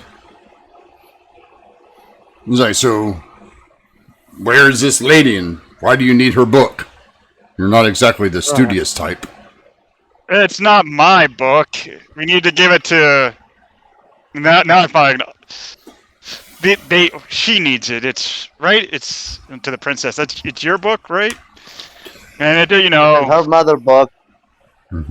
I need to prevent the end of the world. All that stuff. Typical stuff. End of the world. What are you? Don't worry about it. We need to kill this lady to get the book, so she has the book, and nothing bad happens. That's all you need to know. Don't worry yourself about Don't it. overcomplicate things. Yes. We found overcomplicating things with Krankus never goes well. Yeah. Well, and this is the younger, stupider brother. Sorry, you did. He's not wrong. well, yeah. Once we get to the village, you can explain and tell me what lady you're looking for. Sure. Maybe we can help if she's out here in our woods. Yes, we could definitely use it. Go ahead. Did Krankus ever told us about his we know he have a dream background in his the dwarfing mine long time ago, but I don't remember Krankus told us anything about his family, or he told us a little bit they've been kidnapped, sold to the arena and stuff, but did not he tell us anything about his family? Just to make sure I don't say anything that Jorah doesn't know. No, he's never mentioned his family. Never mentioned it. Yeah. So I have no idea what's going on. Ember, there are two Krankus. No, there's one Krankers, and there are other Minotaurs. There's. Listen, Your Eminence. We all don't look alike. Notice the difference? As you get down to the village does have a small like palisade of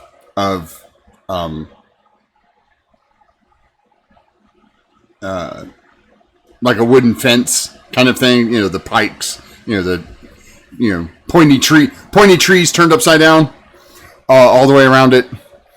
You notice that once you get up there, it's not just Minotaurs.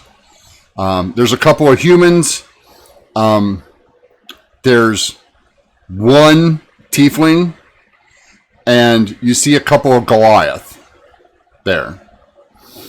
And as you enter, one of the Goliaths comes up and goes, "Bertok, who are these people?" He goes, "This is my brother Krankus, and these are his friends." He goes, "I thought your brother died in the pits." He goes, "I did too. He thought I died in the pits. Guess we're harder to kill than most." He goes, "Very well. So he goes, yes, food and drink for everyone." You notice that they have like this little central, like a well in the little central area, and they kind of bring out a couple of little like picnic table kind of things and start putting out some food. And Krankus, you notice that this little odd-looking Minotaur, he's about 4 feet tall, very muscular chest, but he's gray. Like gray. And his horns kind of pull straight back almost off of his head. And he runs up and goes, Papa! You're back! He goes, "Yes, I am, little one. Yes, I am." He goes, "Gorsash, meet your Uncle Krankus." He goes, "Hi, Uncle Krankus!" And he walks over and he punches you as hard as he can right in the leg. Good one. You already hit harder than my brother here. This is good. He goes, "Dad, he said I hit harder." Ember, give me a medicine check. That'd be the easiest way to do this. This little one, you also know that he does not have hooved feet. He's not hooved. He looks like a Goliath and a Minotaur. And as he's like, "Mama said you need to come home right away when you get back because she needs the meat from the hunt so she can cook. And I told her I would tell you, but I told you." He goes, "It's okay, little one." And he goes, he hands the deer, he hands the deer that he's picked up, and he's like, "Here." He hands it to one of the other ones, and he takes it over. And he's like, "It's been a while, Krankus." It has been some time. Yes, it has. "So, how did you escape?" I didn't escape. I fought my way to freedom. I earned my freedom. How did you get out? "Shipwreck along the coast. There was a storm. The ship hit the rocks, shattered the chains that held us to the side, and we killed the slavers, drowned them, everyone, and made our way to shore and then into here." I can respect that. And we've made a nice little village for ourselves for the past 6 years. I see it. Look, this seems not quite the hominess of the caves. but not bad. Not bad. Well, there are caves to the north a little bit. Ah, gotcha. We use those for training, but most of... And he looks around. He goes, most of the village is used to sleeping outside, so... Gotcha. He goes, let me introduce you to my wife. Come, follow me. And he leads you over to what is probably one of the second largest houses here. Again, it's not huge. All right. I mean, it's Minotaur size, Minotaur Goliath size, but it's not like, again, you're in a village. Ember, how many people are in this village, give or take? probably about 24, counting the kids, Okay. if that. Again, there were, there's not a lot. There's probably a dozen or so houses. There's probably about 24, counting the kids. Again, it's a tiny village. They're completely away from everything. While Krankus is being led off, one of the human females comes up to you and goes, well, if the men aren't going to introduce themselves, I will. I'm Katara. I am the chieftain's daughter. And you are? It's a pleasure to meet you, Katara. I'm Ember. This is the Princess Tiriana. This is Jorah. And the big one over there chatting with everybody else is Krankus. It's a pleasure to meet you. And she bows to the princess. My father is busy at the moment, but he will come and join us shortly. Do you need food, water? At the moment, everything is absolutely fine. Thank you. Everybody, we've been made to feel very welcome. Thank you. Well, we hope so. Braytok has done an excellent job of protecting us since we escaped. And if it wasn't for my father's age, he would probably be chieftain, and probably will be chieftain when my father passes on. Well, let's hope that's not too soon. Oh, father still has several years. Good. Good. That's good to hear. Krankus, your brother leads you over there, and he opens the door and goes, wife, I am home. And you hear from just outside the living room area where the small kitchen area would be, where food is prepared. It's not quote-unquote kitchen, per se. You hear, well, it's about time. You've been gone for 3 hours. Krankus is just thoroughly enjoying this. He goes, I have something to show you. And she goes, oh, what is it now? I'm busy. He goes, come out here, woman. And she comes around. This is a beefy girl. She is quite the childbearing,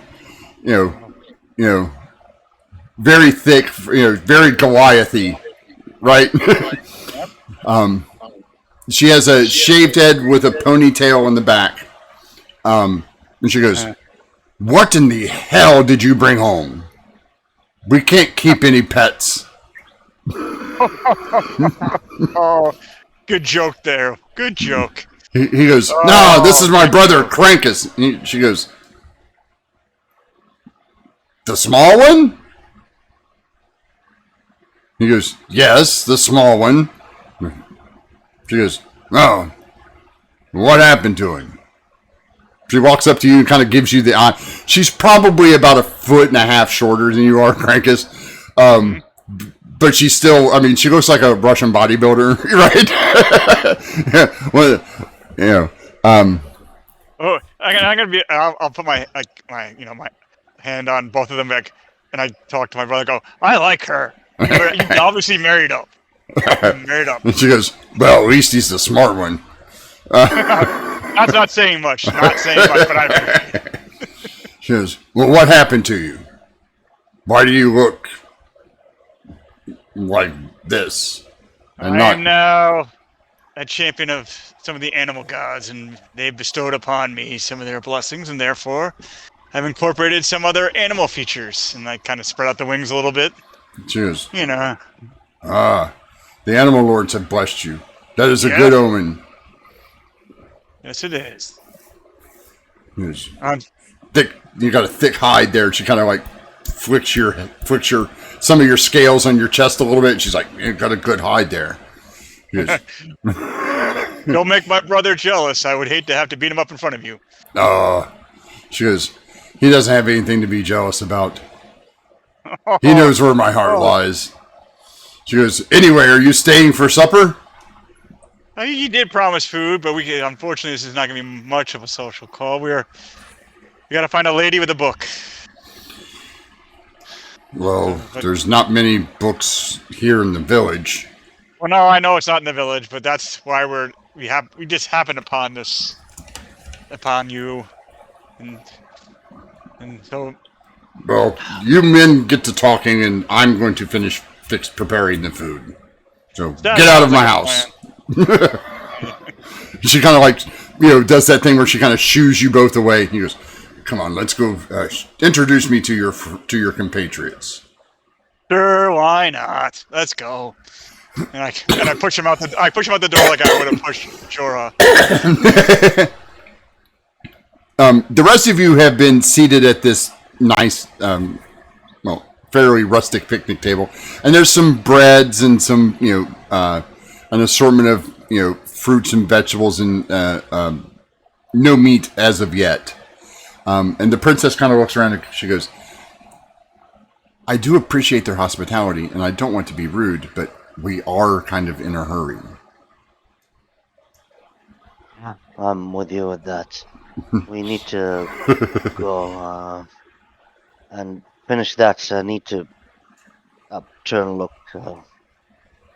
We need to go with Agatha. What about you? Deal with all the issues. Crankus, you and your brother come back out and see the rest of them sitting there, and you see this human woman kind of doddering about. She looks to be like in her mid-30s. She goes, Braytok, so this is your brother, Crankus. It's a pleasure to meet you. The chieftain will be out soon. Pleasure. Let me introduce you around, little brother. And I walk up to the group. I go, this calf of a minotaur is my brother, and here we have the goddess Ember, His Royal Highness, using air quotes, Jorah, and the Princess Tatiana. And this is my It's just younger Crankus. Yeah, go hide in the puddle. Anyway. I will do that later. When you say calf, he kind of snorts like. I mean, you get the idea from Jorah. Jorah gets the idea where this all comes from. He recognizes his behavior very much. He goes, it is a pleasure to meet you all. Your Highness. Your Highness. Yes, everybody's royalty here. Your Highness. He goes, Just Jorgal. No need to call Highness or anything. okay. So, who is this Look woman to you're him. looking I will for? go shake. I'm trying to shake his brother's hand. Oh, yeah, okay. So you go shake his hand. His hand is quite large. And he shakes your hand. He's like, "Ugh." Can I put a force in my shake? Yeah, you can. I mean, you're strong. You're not big, though. I mean, I'm not saying that his strength is bigger. You both have the same strength, but his hand is just larger than yours. Physically more imposing. Yeah. But when you go to shake his hand, he's like, good grip. Don't listen to your brother when he say anything about puddles. Only he'll chuckle and leave. So, brother, tell me, Who is this woman you seek, and why do you think she's in our woods? We seek Agatha. This is where we knew her to be. As soon as you say that, both your brother and the chieftain's daughter carry on a look at each other and go, "The witch? That's the one." Oh, we avoid her area, but I know where she's at. If you want to take something from her, you're going to have a hard time. Well, that's why I'm doing it, and not my brother. So. And he goes, "Oh, we're definitely help." You'll help us lead us there, then we'll take care of it from there. Don't you worry. We have a little experience in this sort of thing. Yes.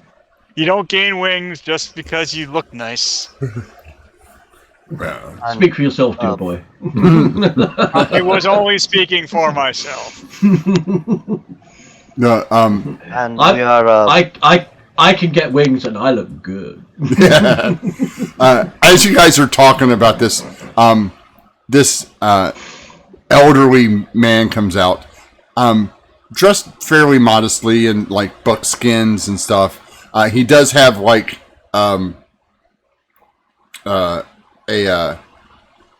shawl, or not so shawl, but like a wrap around his shoulders that you instantly would recognize as, you know, chieftain, right? Like, you know, he just has that look. He's probably in his late 60s, early 70s. Still looks kind of spry because he lives out on the, he lives outside. He comes up and says, "So, I see we have some visitors. I've been informed, Braytok, that your brother is here, and that would be you?" Yes, I'm the pretty one of the family. With my friends, you know, the royal entourage. We got Ember, King Jorgal. Whoa. He looks at you, Ember. Your Grace.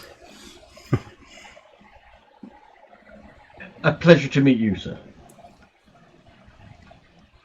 I am Hobart. I'm the humble chieftain. Anything we can do to help, we'll be more than willing. However, if it does come to any kind of fighting, we will have to refrain. We are not well equipped for major battles. All we'd ask for is a guide.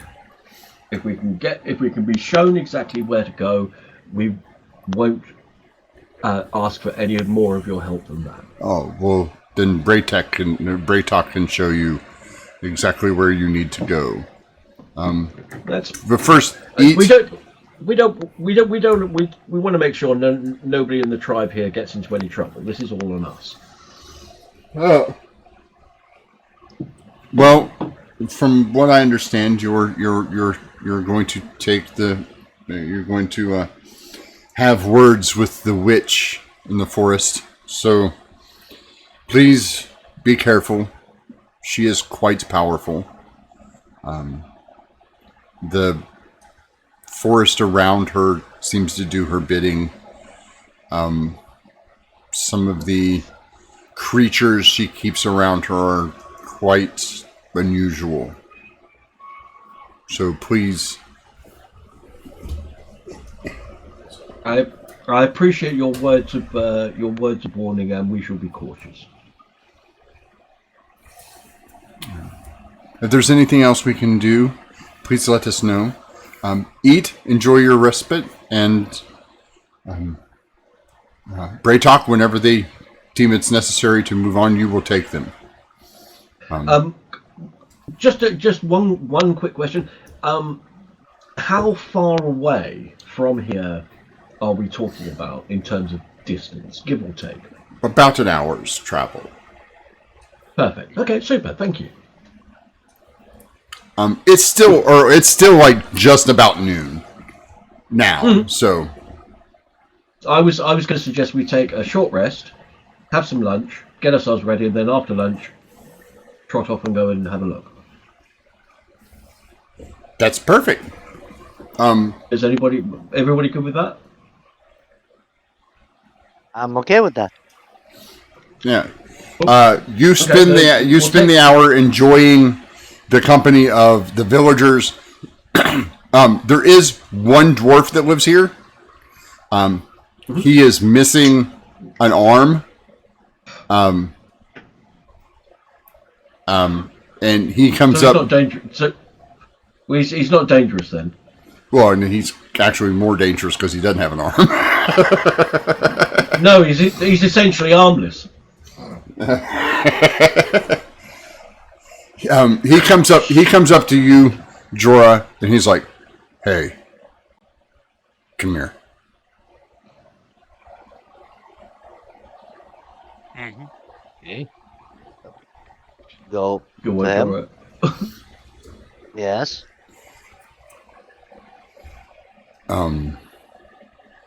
You wouldn't happen to be the new king of the Tritons, would you? They took Yep, that's title. him. She answered to you. Yeah. Yes, I am. The name is Josiah.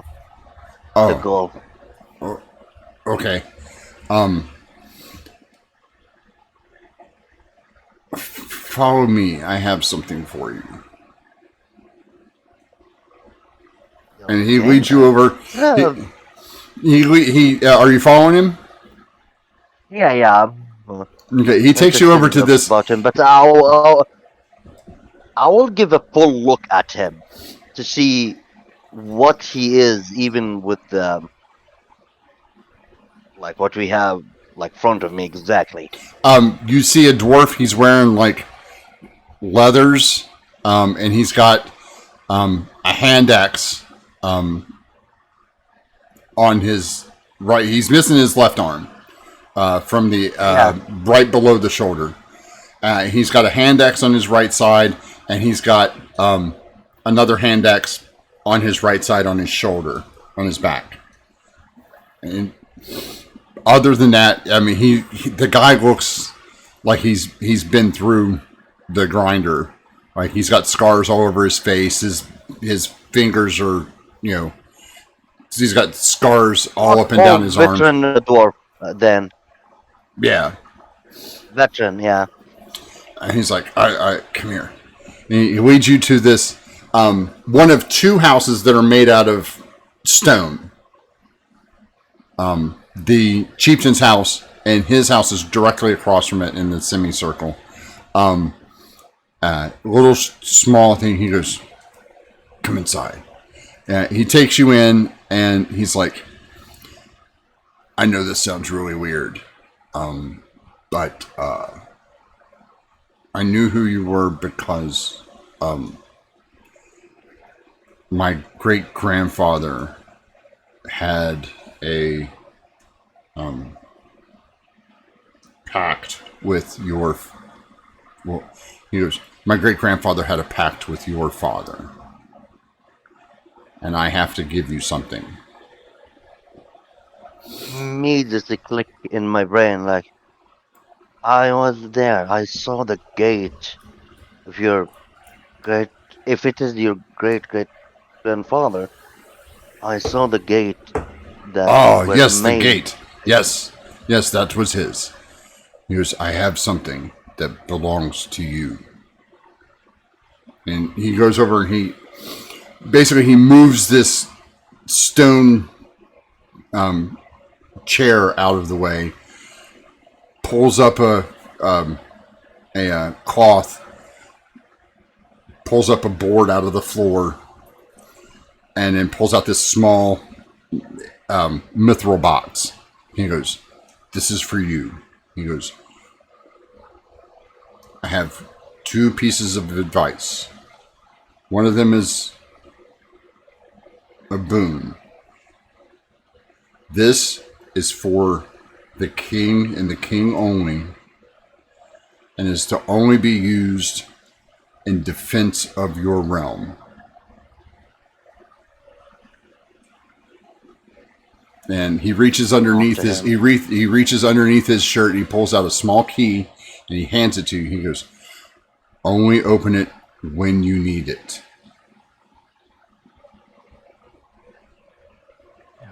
A mithril box, right? You said. Yep, it's a mithril box. It's about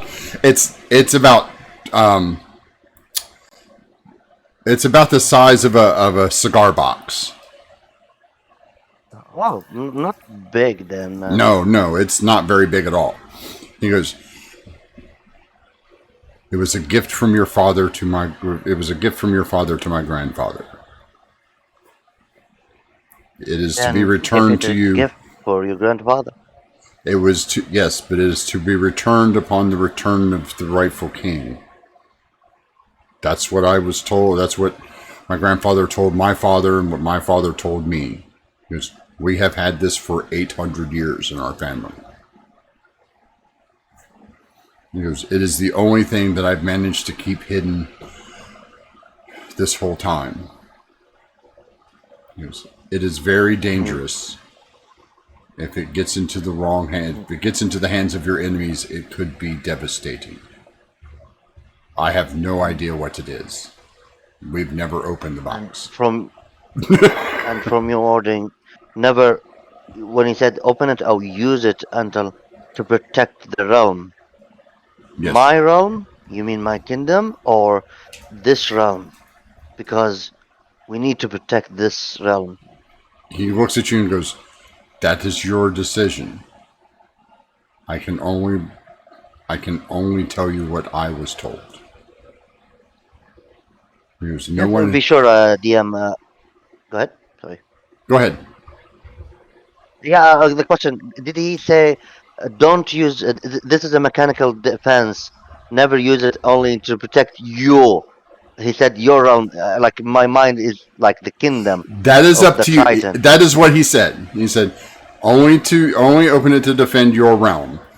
That's it. That's all he knows. He goes, he's never opened it. His father never opened it.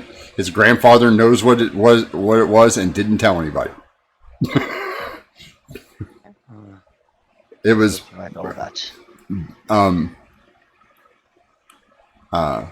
basically you can Josiah would remember this. This was a common practice amongst different kingdoms where they would give things to each other and have them hold on to it in case, as an ally, you would hold something that I needed, and I would hold on to something that you needed. You know, Cool. instead of the old prisoner exchange where I would keep your daughter and you would keep my son, and if anything happened, this was an item of power that was done. Okay. Another heavy stuff drop in Joragal again. Oh my! Yeah. Basically, break glass in case of emergency.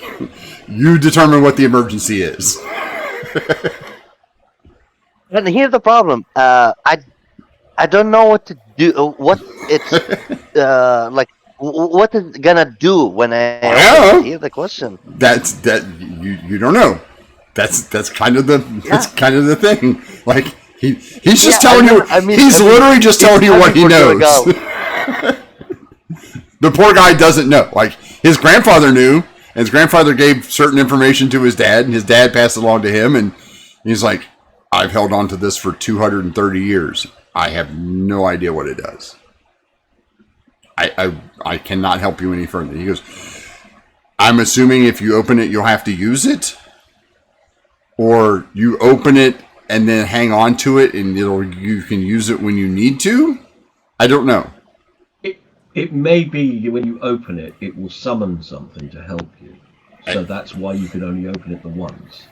Well, he didn't say you couldn't open it. He just said, don't open it unless you need it. Yeah. In my mind, out of character, I think their only time I'll open it is to protect the realm because this is. I feel this is a key word.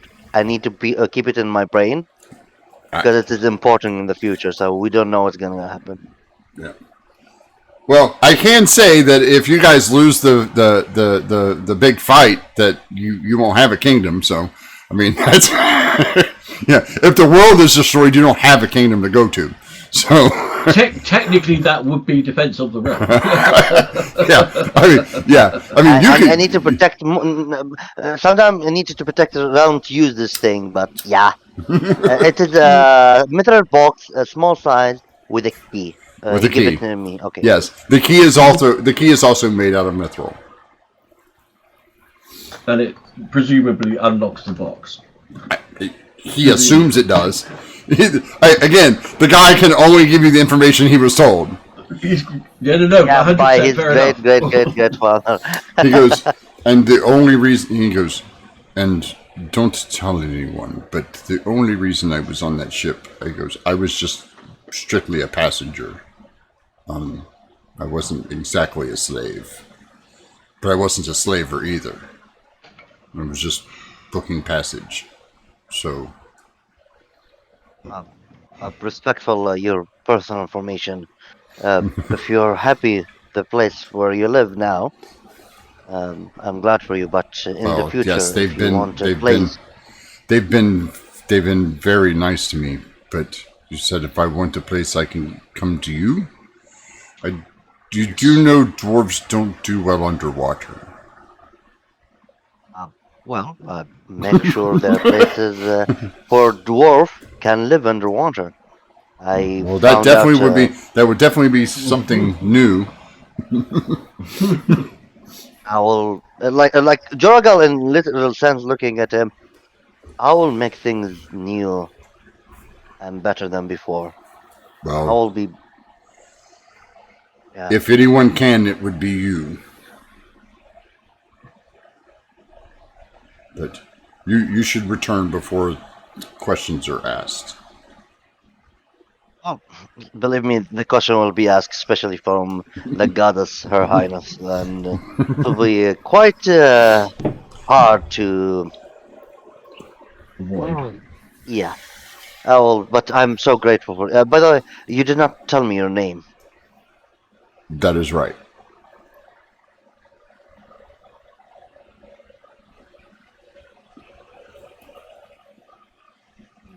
Yes. No, he said you're right. He didn't. He just kind of stares. He just kind of stares at Yeah, you. I'm Like, looking. Like I was like looking, waiting for him. Then, and your name?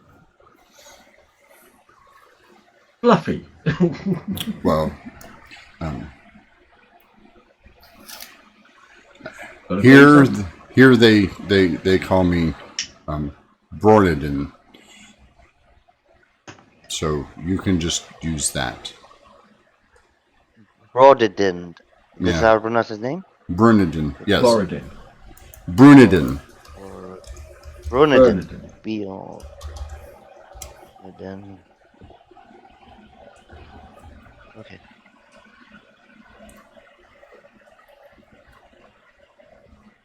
Okay, thank you, Brunidin. Then hope the day when all this Well, realm save. Go ahead. No, he's just kind of like he's kind of nods. He goes, Yeah, you should go before Yeah. we attract any attention." Yeah, I will do Batman move that when he blink I disappear. Okay, you leaving out the front door because that's the only door. Yeah, I mean, yeah, like when he blink, I'll like if you allow that, of course, I'll when Yeah. blink, No, I I'm sure. disappear. So I will use the you leave the front door, and as you step out and the front door closes, you hear from just off to the corner. You hear. So what was that all about? And you look over, and leaning against the edge of the wall near the corner is the princess. So what's that all about? I'll look to her like I think you already heard that, right? I have no idea what you're talking about. And let's keep it that way. And I'll walk. She'll walk along behind When you, it's kind of time, like she kind of like throws a couple rocks, like skips a couple rocks across the dirt. Ember, you're having a conversation with the chieftain and stuff, and you notice like the princess is walking back with Jorah, and you look next to you, and you're like, she's gone. Like you didn't notice that she got up and left when he did. Yeah, listen, I'm used to people being sneaky around me. It's no great surprise. Crankus, you and your brother are basically. Your brother regales you with the story of what happened to him. It was about 3 years of him being a slave in the mountains. They were basically mined ore for them, and then they were being shipped somewhere else. They've been sold again, and during a storm, there was a shipwreck. They broke free, made their way to here, and basically they picked up a couple people along the way, but mostly it was just their surviving slaves and a couple of stragglers along the coast who had gotten lost during the storm, and that's it. Like, this is what you see. He had been in a relationship with his wife for about a year before the shipwreck, and he's pretty sure his son is going to be at least bigger than both of them. Right, because like I said, he's probably about 4 feet tall, and he's only about 7 right now. So, I mean, you take a Minotaur whose average height is 7 feet, and a Goliath whose average height is 7 feet, and you know, 7 foot baby. Yep. yeah, large. He does wish you could stay, but he makes you promise that, you know, once you're done, that you have to come back. I will make every effort to come back. Well, now we know where it is. We can easily pop back, mate. Yeah. Do you tell your brother what you've been up to these past couple years? Do you give him I give him like the cliff notes? Like the cliff notes? I stress more like how I fought my way up through the fighting pits, and that's how I got out. And I kind of I give him a very, very, very high level of what we've been through otherwise. Like, not kind of, like, yeah, then we fought some things and now we're here. Yeah. Do you tell him that it's a world-ending problem, or do you not burden him with that? I don't, because I don't want him to try to think he's got to come along. I'm not trying to influence him to come with us. All right. That's like once he shows us where, like, I know, like, I don't want to make it a thing I need to go to, like, no, you need to go back. You need to come back here. Yeah. Oh, no, I get it. He senses that, you can tell he senses that there's something you're not telling him, but he doesn't push it. Gotcha. So your short rest is unimpeded. Yeah. And Braytok says that he will lead you there. Yeah. Excellent. And I need to pull up a map.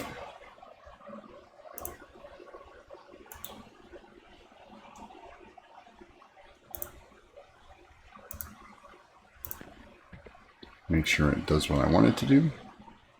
Excellent. All right. Now let's put some people on the map.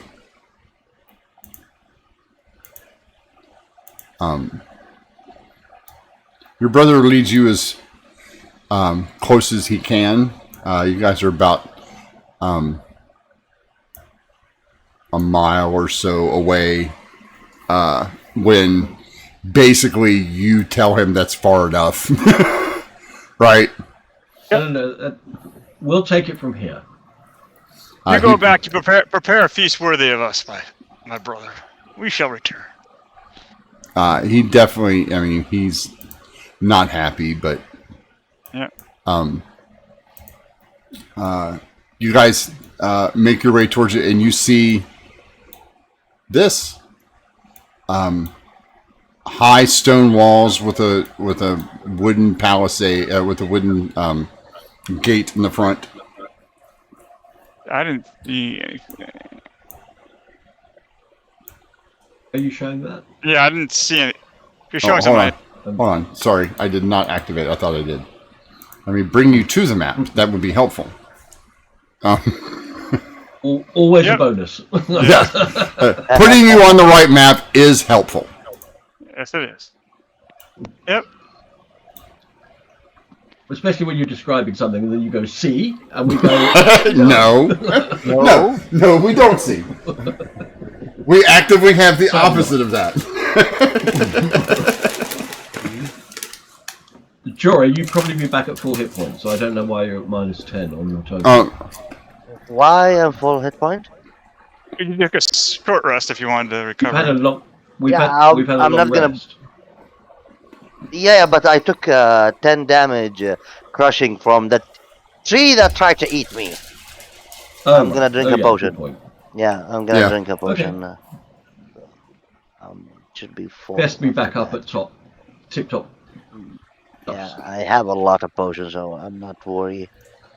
So it is 8 plus 2, 10, so it's full.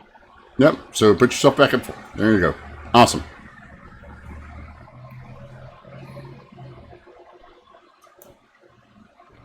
And I will move.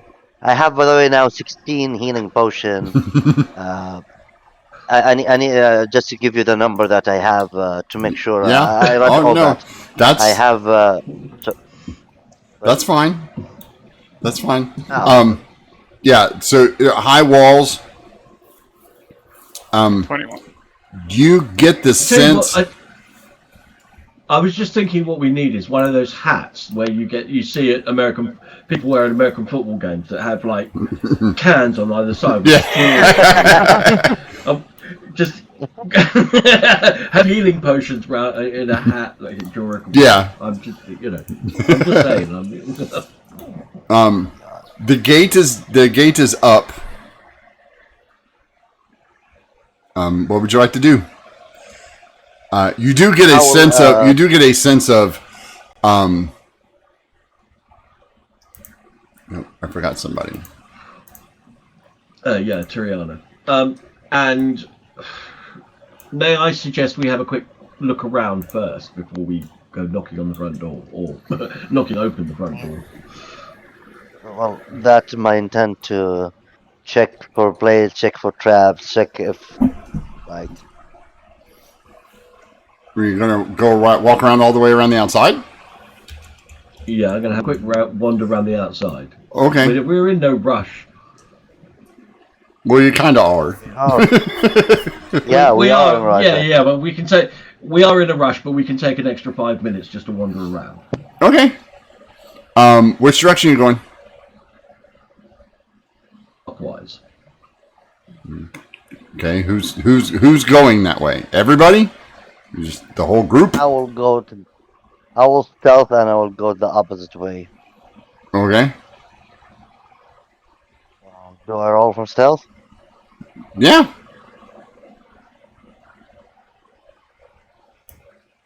The princess will stand out front. Okay, and I'm just gonna wander. I'm just gonna go wander around. All right. When you get there, Ember, you notice that the vines on the walls. This is large stone walls. They're about 20 feet high.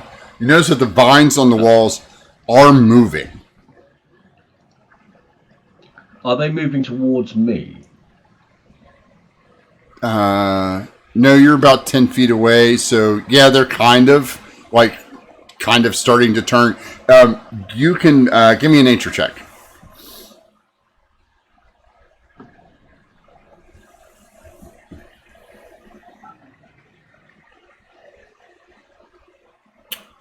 Oh yeah, these are definitely alive. Like they're In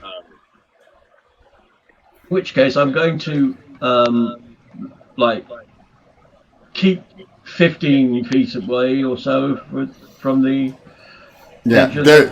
You can tell that these are. I was looking for the right word. These are assassin vines. Tom, I'm getting an echo. Well, again. I'm gonna make sure that I'm at least sort of 15 feet away from the bait. Away from them, staying out of range. Well, you start to notice that some of these trees are also not regular trees. Like as you're looking around, you're like, "Oh, those are assassin vines," and you look around, you're like, "Oh, that's something else." Yeah, whatever it is. Okay. Yeah. Okay, I'll wander back to the beginning then. Okay. Krankus, what were you doing? Were you going with Ember? I kind of went with Ember a little bit, but I wanted to make sure I could keep the princess in view. Fight. Yeah. So I kind of went, Yeah. and then as Ember, that guy come back. Yeah, Ember's like, well, that's dangerous. Let's go back. Jorah. Yes. As you make your way around, you absolutely notice that the trees and the vines are moving. They don't quite. You can tell they don't quite see you, but they can sense something's there. And you get the definite feeling because of your tie to Thondra that a lot of this stuff is like you can feel the death around it. Mm. All right. And you can see you can see right here. You see a large yellow fungus that happens to look like it's got several bodies attached to the vines. Oh boy. Give me a nature check, please. Do I have nature? No, I don't have nature, so I'll roll normally. 16? You've heard of these. These are it's a yellow fungus. It's the ones that make zombies. Oh, okay. Ooh. Well, I will back up quietly. I don't want to get closer, and I will go back to the party and tell Amber that I'll tell everyone this whole place pack of undead.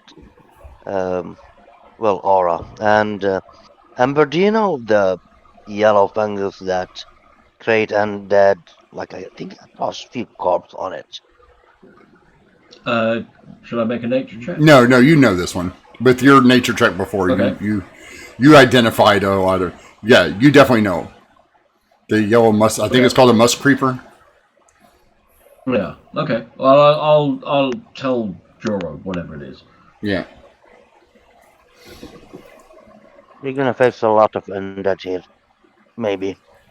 And planet. I think that tree is moving, by the way, Amber. I will look to the princess. Yeah, one of the trees is definitely moving. Like, it's not getting up and walking towards you, but there are a number of... Yeah, there's a number. There are a number of them. Yeah, there's a number of carnivorous plants around here. Yeah. Yeah. Imagine if you were the way I can explain it is imagine if you walked up onto Poison Ivy's house. You're trying to sneak up to Poison Ivy's house in the woods. Like if she lived in the woods, you're like, oh yeah, there's like giant man-eating things and like all of the horrible plants that Poison Ivy could bring to life. Yes, just in D&D form. Right. In fact, it was a fairly eccentric pastime in Victorian ages, but quite a number of people had poison gardens. Oh yeah, where they would literally grow a section of garden and everything in that garden would kill you. Yeah. I don't understand the morbid fascination myself, but there you go. Yeah. But, but literally it would have like wormwood, and it would have hemlock, and it would have every natural White oleander. Yeah, white oleander, belladonna. all of it. Crazy. On a side note, you know that tomatoes are actually a member of the belladonna family. Yeah. Don't eat the roots. Just a pretty little fruit on the outside. Yeah. Vines are bad. Yeah. So what are you guys doing? Well, we'll meet up around the front and go, well, I suppose we ought to go and announce ourselves. I think she already Jorah? know. Yeah, Jorah, do you want to go and check the door and let us in? it's open, but I'll check the door. Well, no, the just gate is closed. There's a wooden gate there. Ah, okay. It's not high. It's only like 5 feet tall. Like you can jump over if you wanted. But it's more there. It's more there to show that there's a gate than there is to keep people out. Jorah, when you get within 5 feet of the gate, the vines here and here start to move towards you. Okay.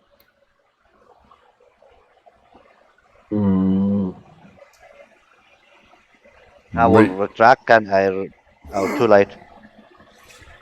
Well, you can come back up. They're not fast. Yeah, It's yeah. not like they're darting out at you to stab you in the face. They're vines. I will look them, but the planet is moving when I come. They seem react to any creature getting close from the gate. I think the moment we get closer, and the gate is not big. Crankus, charge. All right.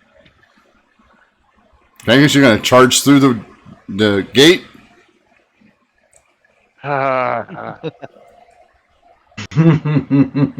So this is where Here we me would say no. I'm trying to debate what Frankus would do. Crankus is afraid of some plants? I don't think No. so.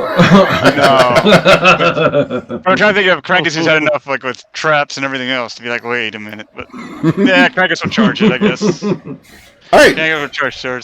So you charge right. It literally does nothing. However, the vines will take a couple of swings at you. Oh, that'll hit. That's a crit. Jeez. That will miss. Crankus, are you immune to poison?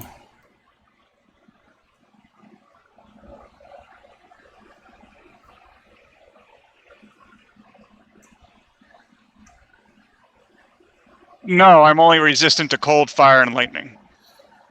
Resistant to cold, fire, and lightning. Why are you still resistant to cold, fire, and lightning? That's what it says. Those are from your potions from way back. Oh, so I gotta get rid of them. Yeah, you need to get rid of those. Alright. Alright. Alright, that was fun when it lost. Okay. You take 13 points of piercing damage, and I need you to make me a Constitution saving throw. Alright, hold on.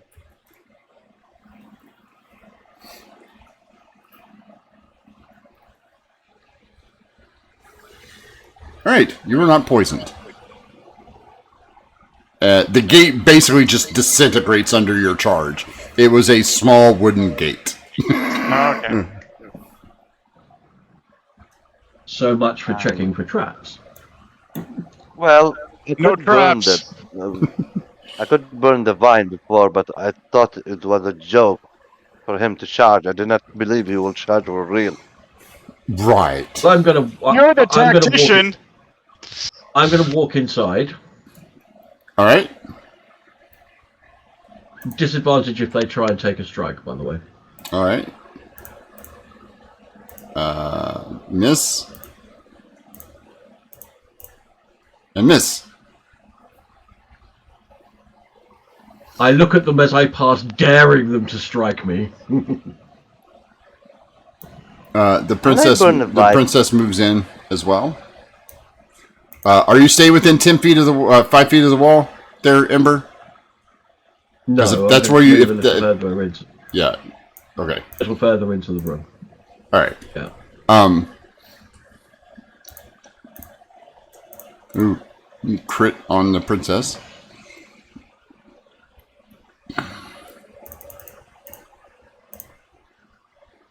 And then her save for her con save. She makes it. Excellent. Takes 10. All right. I burn the vine. So okay, make an attack roll. That's fine.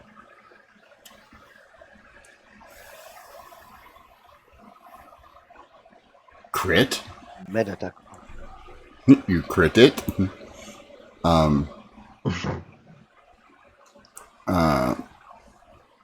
So you deal 40 plus. Roll me 40-10 because it's the crits are still messed up.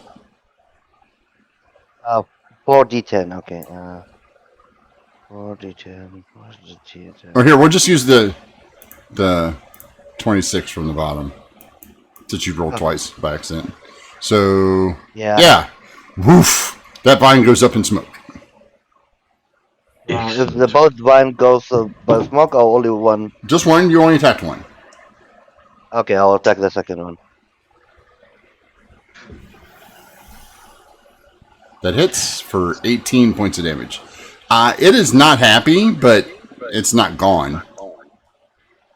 Yeah, I mean, he can't stay all the day taking firebolt in the face. Okay, now it's gone. Anytime you want to join us, your lordship. Me second. Okay, that one's destroyed as well. So 2 vine been destroyed, right? Yep. Do I see any more vine? The entire wall was covered in them, all the way around. I don't know how more So I can it be. doesn't matter if I destroy one, so they're gonna strike me. I don't know. You destroyed one on either side of the wall. You destroyed one here, and you destroyed one here. It's up to you. Yeah, I will take the dodge action and a bonus action dash. Okay.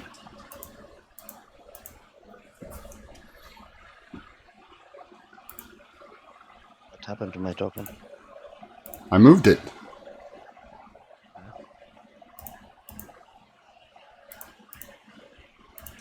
All right, they both missed.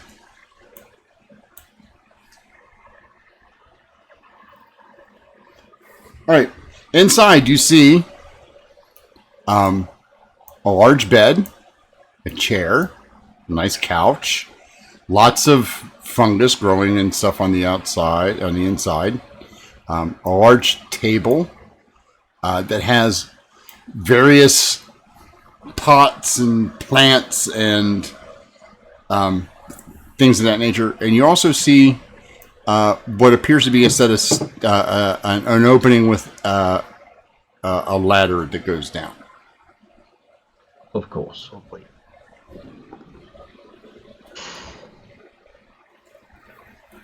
Right. Jorah, Is that would a you way like to Yeah, go ahead. What do you want to ask me? would you like to sneaky on down there and have a look? This time I tried to sneak up in a place like that. It was in a golden. My foot stuck. I lost my climbing boot, and I burned my leg. It wasn't pleasant. So the moral of the tale is be more careful this time. I don't think it's careful. I will just give me a second. I will check for traps, and I will check if someone tried was entered here recently. Frank offers to drop you down. Okay, so if you're checking for traps first, go ahead and give me a investigation check. No, there's no traps. And then give me a survival check. Survival try. 11. You have no idea if anybody went down here recently. I have no idea. But it's no trap, so I'm fine. But to me, it's no trap. I'll start looking, make sure my eye is up, and holding my shield, and enter to the. Okay, you enter down into a small cavernous area. What's everybody else doing? You don't hear any screams. You don't hear any screams of pain or anguish coming from below. So, Well, I'm going to observe and wait until he tells me it's all clear.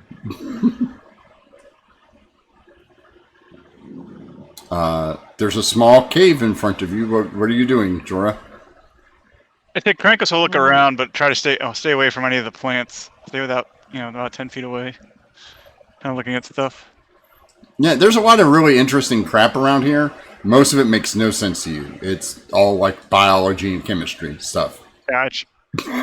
You're like, that's cool looking. I'm not going to touch it, but it's cool looking. There's a lot of that. You also know that if Leon were here, everything would have been picked up by now. Yep, understood. Jorah, are you continuing down the small cave entrance? Yeah, no, I will back up. I'll check. The road is clear at the moment, and there's a cave. I will not go all alone. Do you want me to hold your hand, Jorah? Yes. Yes, I do. I'm not gonna shy away from getting myself protected. All right, Krankus goes down the hall, down the ladder. All right, you head down the ladder. It's a little cramped for you, Krankus. Figured. This is like a nightmare stuff.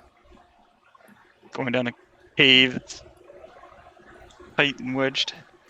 I thought Minotaur loved caves. Big ones where we can run around it. Yeah. Ah, okay. This is more like a burrow for Krankus. Like, you're like, this is a cave. And Krankus like, this is a burrow. Caves are like 20 feet by 20 feet, right, Krankus? That's a cave. This is a wormhole. Like, not the one in space, but like an earth wormhole. Alright, so Jorah's up front, then Krankus, then Ember and the princess, right? Yeah. All right, so you come all the way down this corridor to an archway that is on the other side of the archway. It kind of shimmers, and on the other side of the archway, you see a long stone pathway. This most definitely leads somewhere else. Guess we're going somewhere else then. Jorah, if you would like to do the honors and scout ahead. Give me a second. I will start stealthing and I'll scout. God damn it! You step through? Yeah.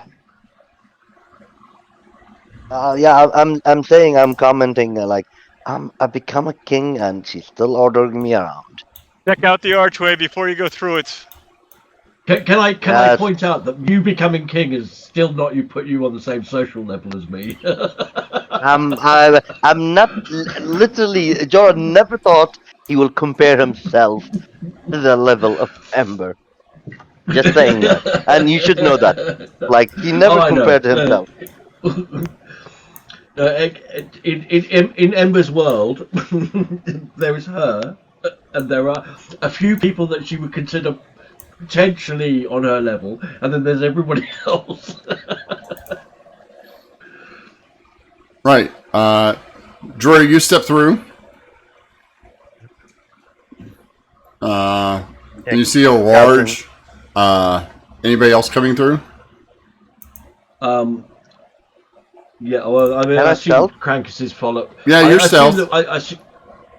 I assume that our party order is sort of Jorah and then Krankus and then the princess and I sort of just behind Krankus. Yes. That's, yeah, so, yeah. Yeah, I follow.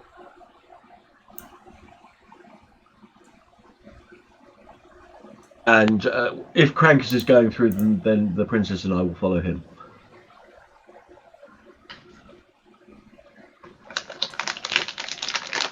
I assume Jorah went this way since I can't see him. Well, Jorah like walk in front of you, then he vanish. yeah, quite literally. And I forgot I have advantage in stealth check, but okay. No. Not that you need it, but Yeah. It's fun to see big numbers. Oh, but yeah, exactly. Use it, mate. In the absence of Jorah saying no, don't proceed, I assume that we should be going forward. Yep. All right. Let's bring you to the new map. The old map. It look cool.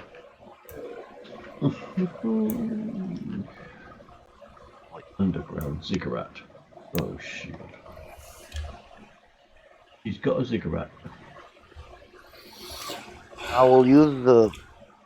Oh god, there's sound. I will use one of the charge of the armor just to make sure. What charge of what armor? What do you? No, actually, it's not charge. Sorry, that I made up. Yeah, no. It's something else. Sorry.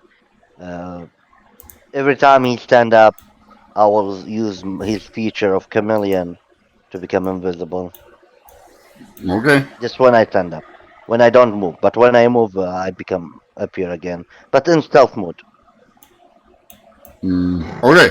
So you're shifting from being completely hidden to invisible back to completely hidden again. Yes. Yeah. It's so scary thing. It is this one. It's so scary. But yeah. Okay. All right. Before you see a large ziggurat. Stairs. You see a large crystal. Oh, I forgot to put 2 people in here. Hold on a second.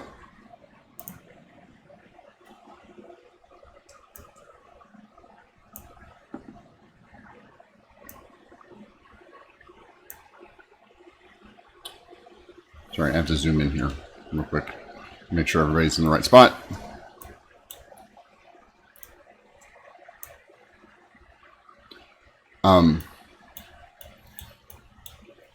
In the distance, you see several figures on top of this, and you see a large crystal at the top. You all recognize this crystal. Okay, and sorry, several figures. Yes. How many are we talking? 7. And do we recognize any of them? You can't quite make them out from there. Okay. You can see them moving, but... Alright. Closer then. And... Hold on a second, I gotta do something. Before I forget.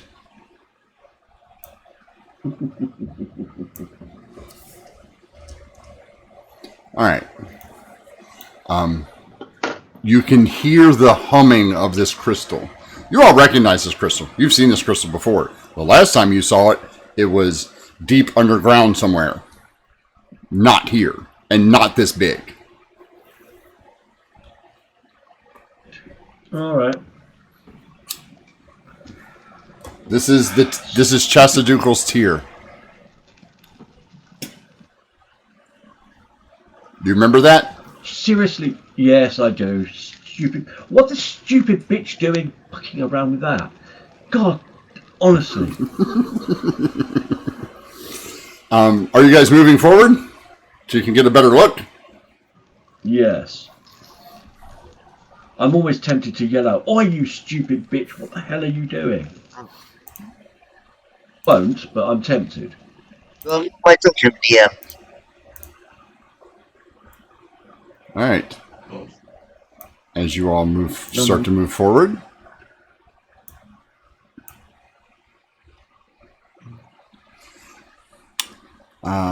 This happens.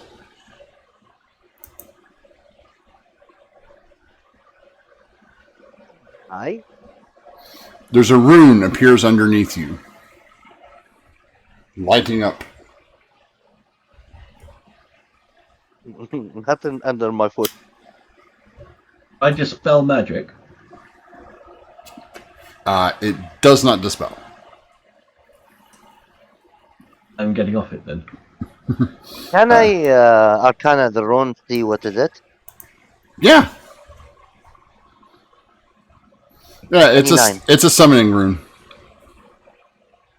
Summoning rune, like to summon something here, or to summon us? It's a summoning rune.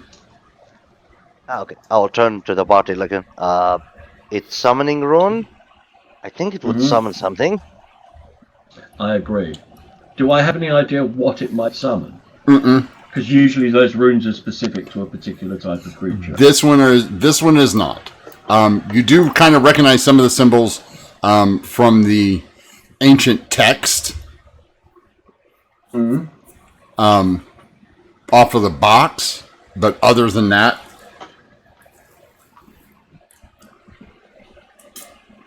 Okay. and now as you approach closer, you can start to make out a couple of the figures.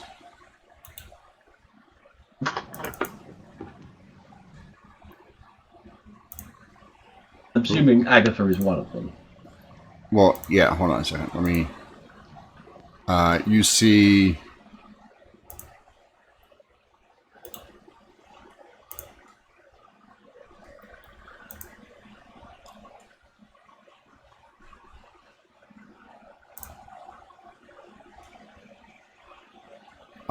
Somebody you recognize. Another person you recognize. Oh, Did Christ. I kill this person? Nope. I literally shunned his neck. Nope. You didn't kill them.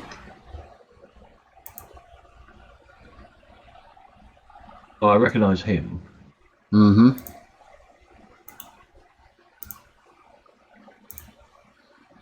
And his twin. Oh, Christ. Yeah, they come at me in dream. I killed them in my dream. Mm-hmm. Yeah, but you've wasted them before. We can do it again. And you hear one of them, "Mistress, we have visitors." And you see Agatha appear, turn and say, "You must stop them. The ritual must be completed." Oh shit, we need to stop. Knock, knock, bitch. Yeah. Knock, knock, bitch. And we will Roll some initiative. roll some initiative.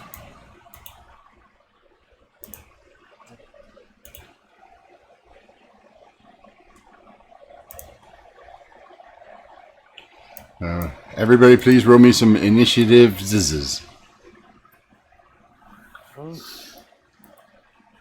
If you look off the edge, you ran on a large cavern. Ignore the waterfalls things.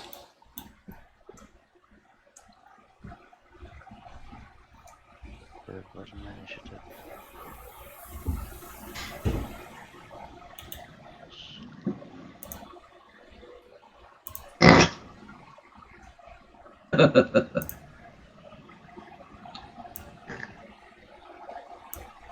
Sorry, princess. You might be a princess, but I'm a king. Right. Yeah, it doesn't make any difference. I'm a goddess.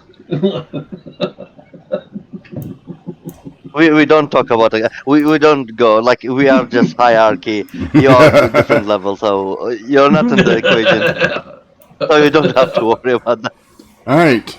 Jorah, what are you doing? These mundane secular titles. Oh dear. All right, good boy. It's your turn, Jorah. I don't have a mouse, so yay me. So it can. Okay, so I have 40 movement. This is 30. I'll start running to here. Do I see anyone? Yeah, I see one. Let me try to unload the map. Please unload the map. Zoom out. It looks like he's like. They're tokens. I can't even tell how far away you are because you're so far away. Yeah. He's like 120 feet at least. Yeah, if it is And where 120 are feet, they? I will. Huh? There's a token there. There's a token there. Okay. I will shoot it. This guy. Have 150 for. No. Firebolt is 150, so No, it's I will 120. hit it with oh, so oh really? Okay, let me check. Yeah. Yeah, you're right. And this guy is more than 120, right? Yeah. So I will dash. No, yeah. Action. If you bonus action dash. Why my token is circling? I hate that. You get 30 more feet or 40 feet. 40 feet, please.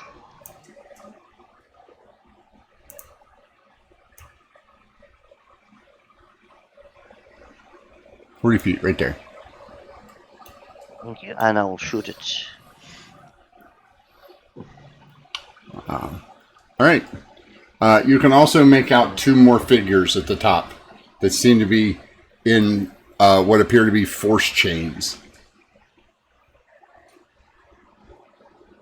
on either side. Stop her. Are you shooting at him or what? I'm shooting to the one. What I believe I killed him long time ago. This one? The dwarf. Yeah, the. Okay. Well, go ahead then. Okay. I can't see that. That's underneath a big. You must target a token. Black Okay, thing. I will target it. Target. Shoot. Badly Bedlam misses. misses. Yep. It did not even roll for some reason, but okay, no problem.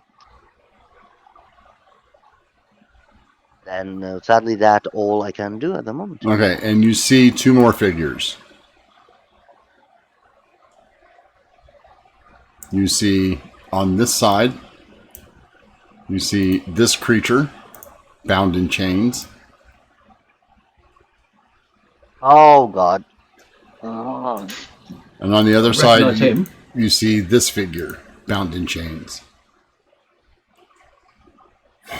Oh shit! Recognize those boys. Captured. Okay. Mm-hmm. Now Let's guess who we're going to try and release. Mm-hmm. The princess's turn. There's her first 60 feet of movement. Nice. And then she will action dash.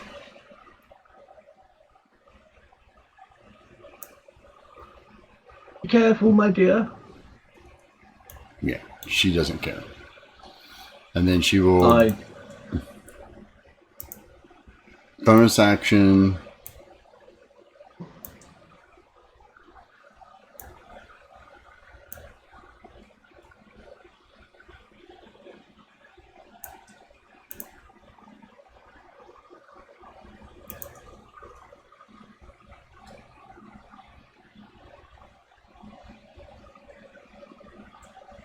Is that close enough? Let me see here. Not quite close enough yet.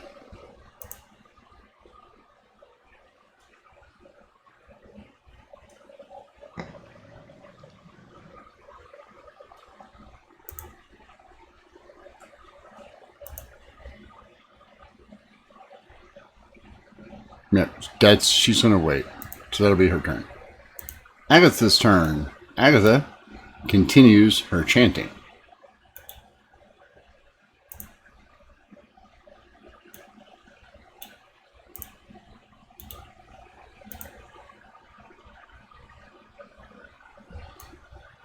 Ember, another rune appears underneath your feet. I won't be standing there. Not for very much longer. Krankus, it's your turn. I'm going to rage, and in doing that rage, going to move forward. Half your movement. Yep, 25 feet. Then move another. So that's.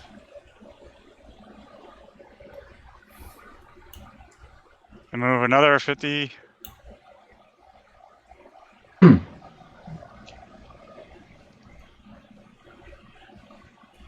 Just charging to get into. So how far away is... You are now within 120 feet of the two in the front. I'm going to throw my hammer at one of the... I'll say that guy. All right. It's Target. at disadvantage, I know. Yep. Where are we? I gotta do it again. You hit. Alright, so 11 points of damage, I think it is. Yep. Sorry, I didn't adjust their hit points. My bad.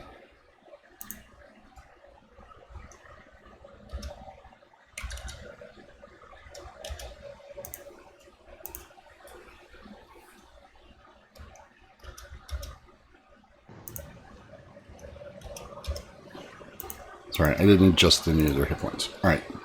So 11. Mm-hmm. And 11. And another 11. Well, at least you're consistent. Yes. Very easy. Ember. Yes. Action. Wild shape into my avatar form. Go ahead. Woof. Da, da, da, da. I 30 feet that way and start rising. So I'm about 10 feet off the ground at the moment, so I'm probably about 25 feet. And as a sorry. and as a bonus action, Sorry, I'm drawing. You were here, and then there you go. as a bonus action, I'm going to sling inspiration dice at. I think I can just hit Jorah. So Jorah, D12. You have a D12 inspiration. I will take it gladly.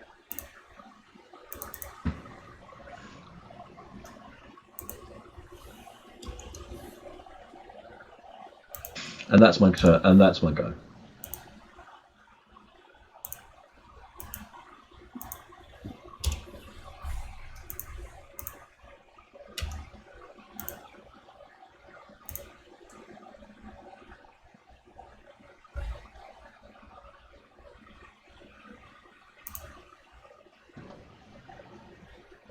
All right.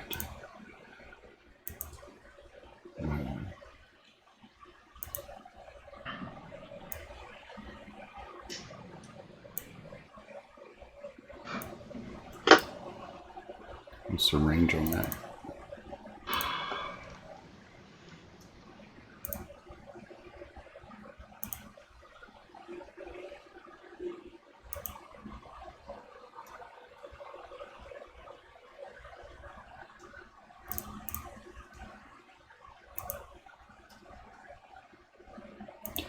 Miss. Miss. As he shoots at the... Excellent. Jesus Christ, that's a lot of damage. 19d8. Bloody hell. What? 19d8 plus 3. No, that shouldn't be. I don't know what it's doing. I'll fix it. It's not a problem. I was going to say a 19d8 for a light crossbow seemed a little excessive. Yeah, it's fine.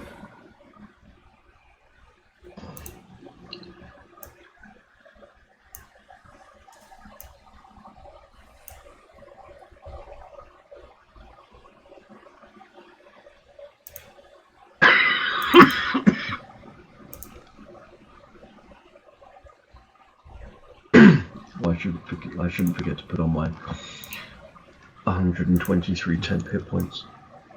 Excellent. Choink.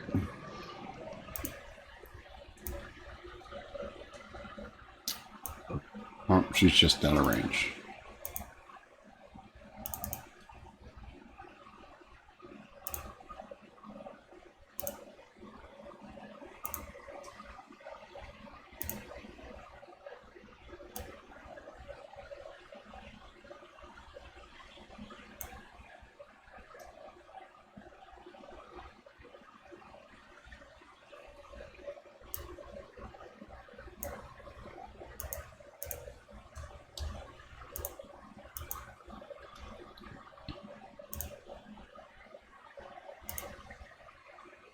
Okay, fine.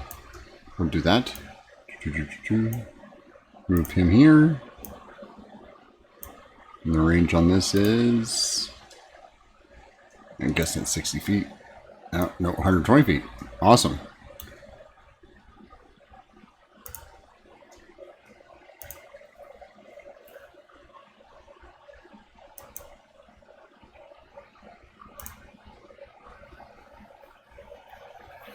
I need a con save from Jorah and then one from Krankus. I hate con save.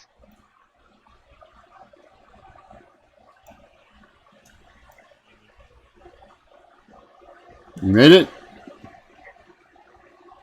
Krankus makes it. So you both take 11 points of poison damage.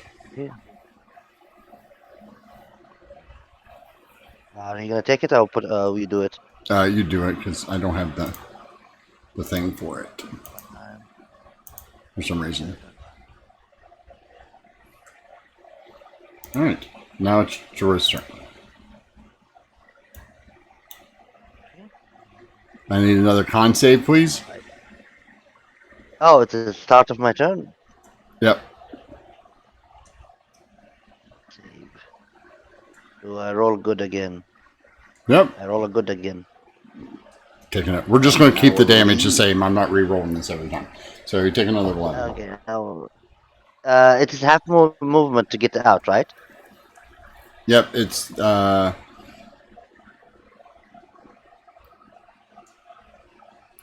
no, it's just regular movement. It does Okay, not. So,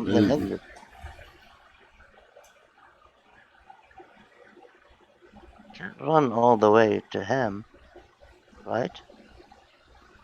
Yeah. First I will take the 11 damage. Minus 11. I'll look to him like, God damn it, that hurts. And stab.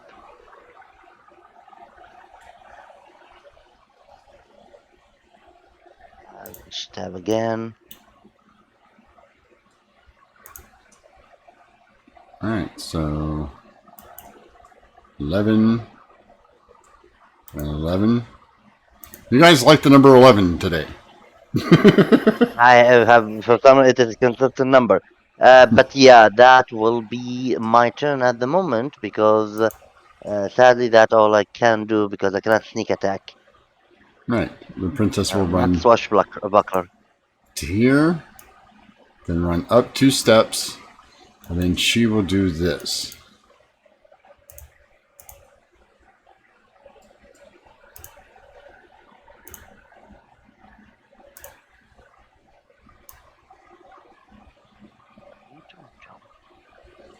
And land here. You basically see her run up a couple of steps and then she leaps into the air and then crashes down. Landing there, you see. So strength save from him. Oh, that sucks. Poor guy. His 11 strength. This is a little better. He makes it. Does the other caster make it? Also makes it.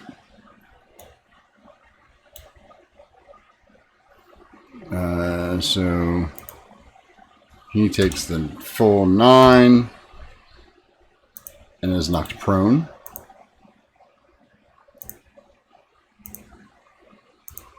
These both take 5 and are not knocked prone.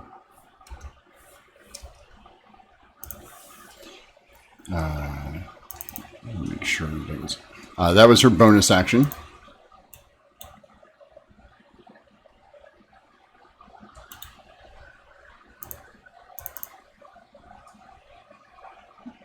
And then she attacks once. Oh, missing. Attacks twice. Hits for 11. Attacks the third time.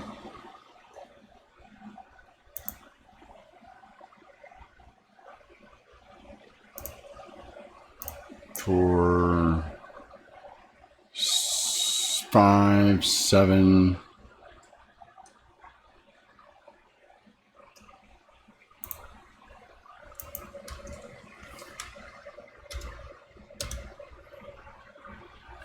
And there's her 3 attacks.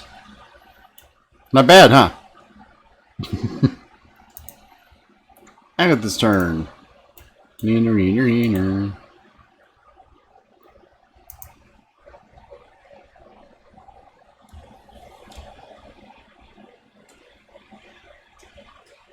And yet another rune appears. Krankus, it's your turn. All right. I need a con save. Yep. You make it, you take 10 points of damage.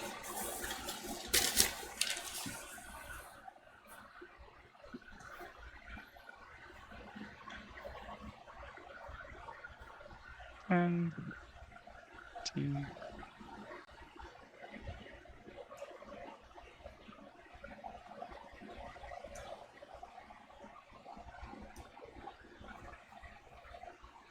Did I not include my rage damage, by the way, last time? No, you did. Alright. So now I'm going to throw the hammer at him. Obviously just at regular. It doesn't have to be at disadvantage. Point blank. He's still not quite in melee. So 13 and 7 for 20.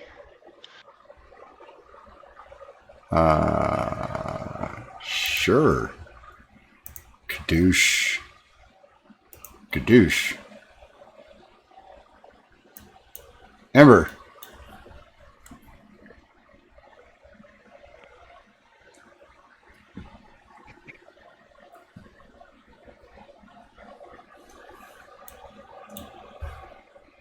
If you're talking, I can't hear you.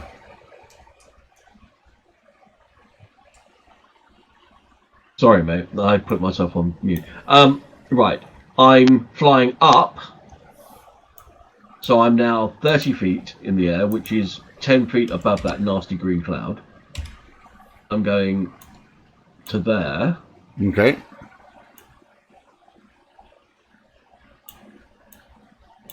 Target that creature.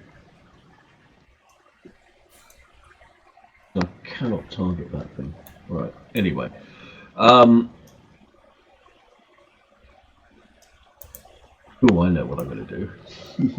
You are 65 feet away from the closest bad guy. Yeah, that's no problem. Question is, how far am I away from Agatha?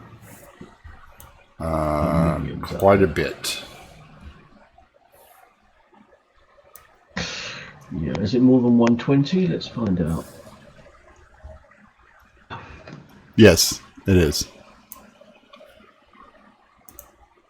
Okay, fair enough. In which case, I am going to use a sorcery point to exclude the princess, so that she automatically makes a saving throw. Okay.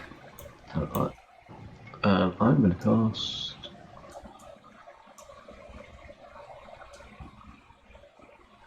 Hypnotic Pattern Ooh. right about there. Haven't broken that out in a while. Oh, nope. So, the princess automatically saves, and the rest of them are saving at disadvantage. Okay. Well, this guy automatically fails. So he is. Are they stunned? Incapacitated. So the other two guys need to make another save. Yeah, I know. I'm trying to remember which one to do. It incapacitated, which basically means they're standing there doing the Mortal Kombat dance. Has a speed of 0. There. He Basically fails. standing there slack-jawed. No, Tiriana doesn't need to make one. I spared her from the... Oh, sorry. I clicked the wrong one. Torexel made his. He rolled 2 24s. Yeah. And wound fails. And wound fails. So, yeah. Torexel, who I believe is the one that was... This is the mage. planted. This guy is prone and incapacitated. This guy is just incapacitated, and then this guy's fine. Okay, cool. All right, and for my bonus action, I'm going to... I've cast a spell, so I can't do that. I'm going to bonus action Sling an Inspiration at Krankus. No, they've both got one. Is it 60 feet? I think it's if he can hear me. Let me check.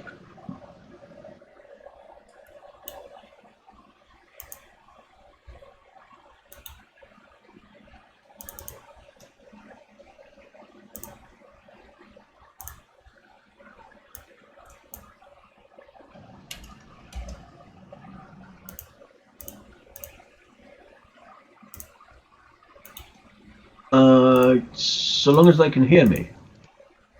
If he can hear me, he can get the inspiration. Okay. It's only if I want to bounce it around, do they have to be within 60 feet of me?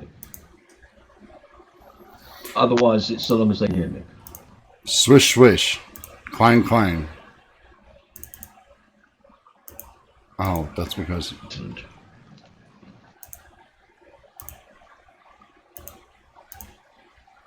Yeah. Okay. Yeah, it doesn't matter. All right. Swish, swish, clang, clang. Wound. Incapacitated. Screw you. It was a good idea to break. A good time to break out an old favourite. He is concentrating on that spell, but that does not prevent him from doing this.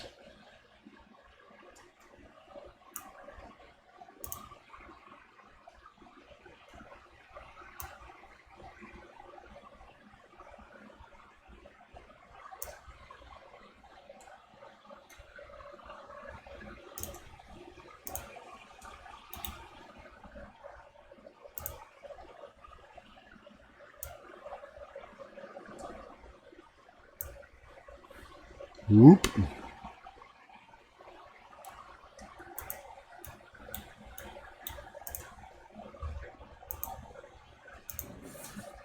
Yep, since you guys are not in that anymore. Mm-hmm. Jorah. Oh, sorry. Fuck, he's dead. Sorry, I clicked on the wrong button. I was like, oh shit, fuck, he's dead. So, what did I do now? To Krankus Sadly, is next. Is Trunks next to the person that's next to me? Technically, no. He's 10 feet away. Okay, so I don't. Then I will bonus action, steady aim to get advantage. Okay. Jab him in the Stick him. kidneys. Yeah, fine. Out. Him in the vitals. Any troll. Okay, give me a second. I need to make an attack. It said head Says- driver. Is a 16. Six, yeah. So you hit. But I did not roll with advantage for some reason. Let's roll it again. 18. You still hit him. 18. And Just don't damage. crit.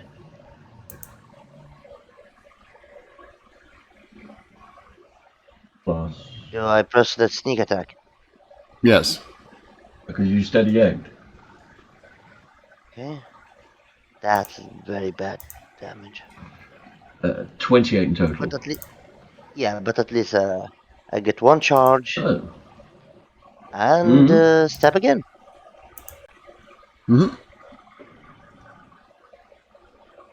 For 10. Ah, man, your damage rolling has not been very lucky at all. That's okay. Yeah. And yep, that will be my turn. I have one charge of thingy. Let me put a charge. That will be my turn. 1 minute.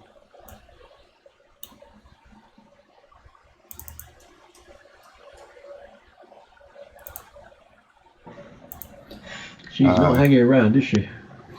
Nope, she knows where she's going. I like you for that. She is going to use her bonus action to Blade Song. Nice.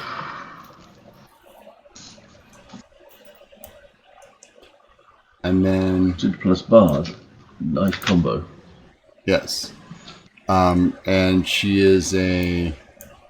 Let me come down here. Make sure I know what I'm doing. Where'd it go?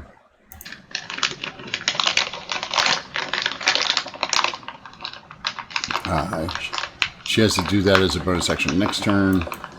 So she is. Alright, so she gets. Smart girl.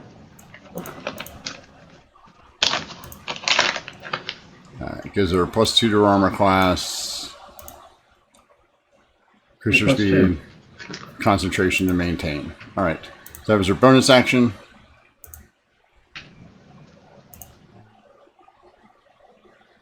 That's also a bonus action. Her action is.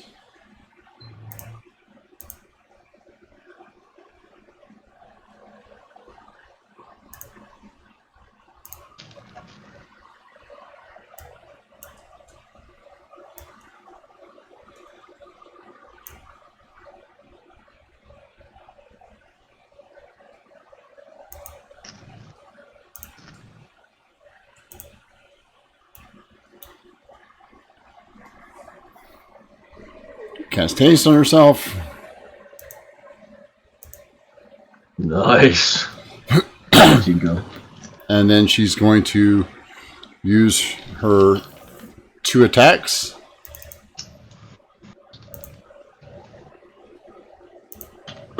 On Agatha. Mm-hmm.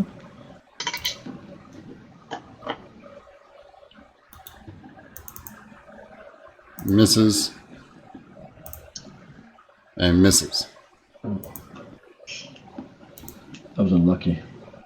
Yeah. Agatha's turn. 5-5, 5-5. I know, man. Harsh. And yet. Oh. Another rune appears. Well, of course it does.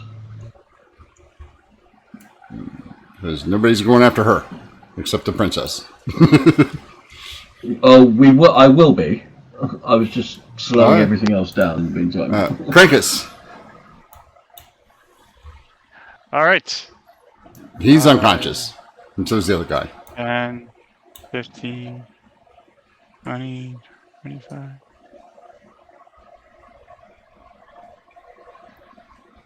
Gonna throw the hammer. All right, throw the hammer. Don't disrupt her concentration.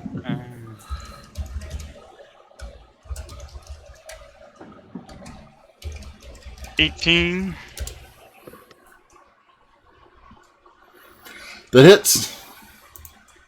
Kitchen. Hold on. Hold on. Sorry. You hit For 10 and 10 again.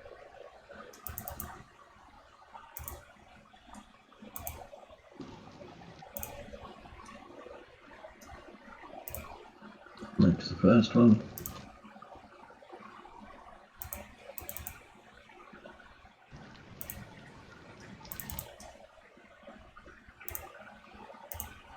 Makes the second one. Okay. All right. Okay. Ember. Yes.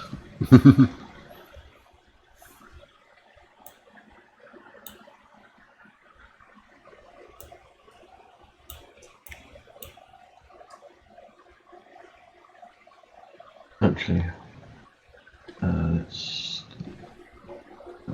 I need to get in closer here so I can see exactly how far I'm bloody moving.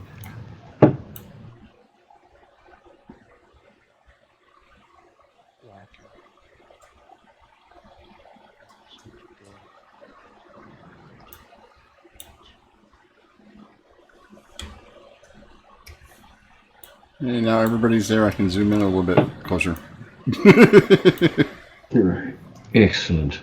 Right, let me just check. Right, I'm casting.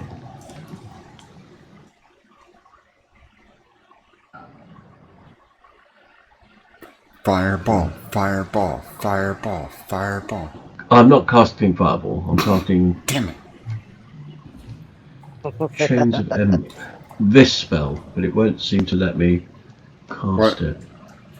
It's Chains of Ember. It's a single target. It's got to be within 90 feet. I'm only 60 feet away. Choose a target you can see within 90 feet. The target must make a successful Wisdom saving throw or be restrained by chains of psychic force and take 8d6 bludgeoning damage. What level was it? Wisdom. No, I said. I don't see it on your list. It's called Chains of Ember. A 5th level spell. Check my spell book. Oh, there it is. Would you like to cast a spell? Yes.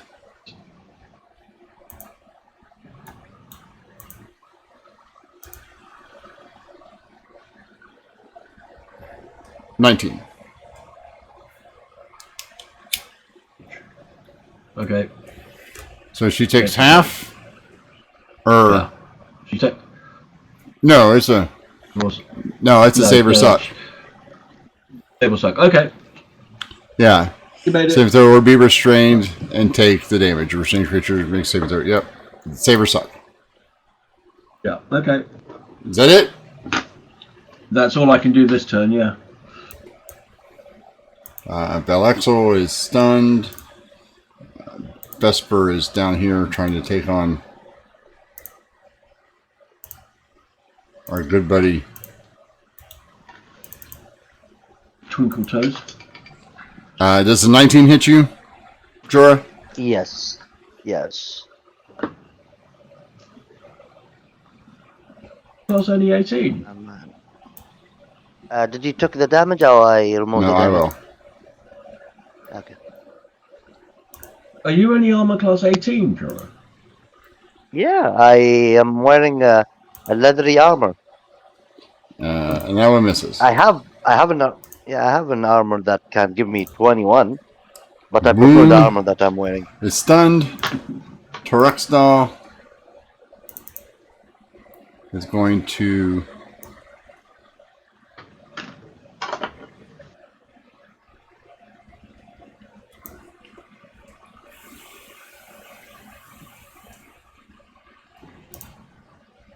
prep himself, perhaps.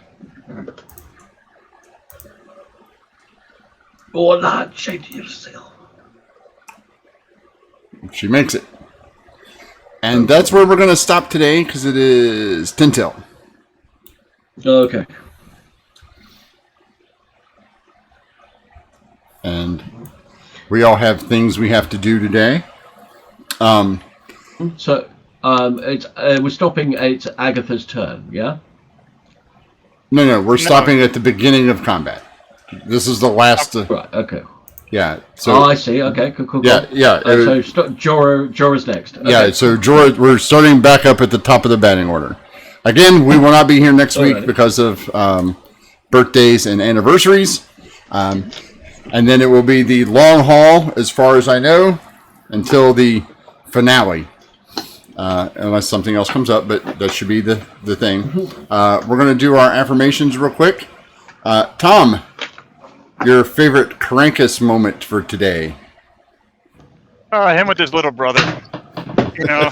Yeah, that was cool. Yeah, that was good. I like Krampus' little brother. Giving him the same treatment he's been giving Jorah for like the entire campaign. Yes. Yeah, pretty much. Yeah. Jorah's like, at least it's not me today. Right? Jorah got like an hour and a half reprieve from being picked on. Yep. Sai? Your favorite Krampus moment? I really enjoyed. I really enjoyed the interaction with his brother. That was great, and the comment he makes the axe swing. So you still haven't learned to swing an axe. I like that. That was good too. Manam? Yeah, oh my god, my throat. Yeah, I liked they call it when the first time he met his brother, and like I'm gonna take the attack, like I'm gonna unreflect again. His brother literally missing him twice.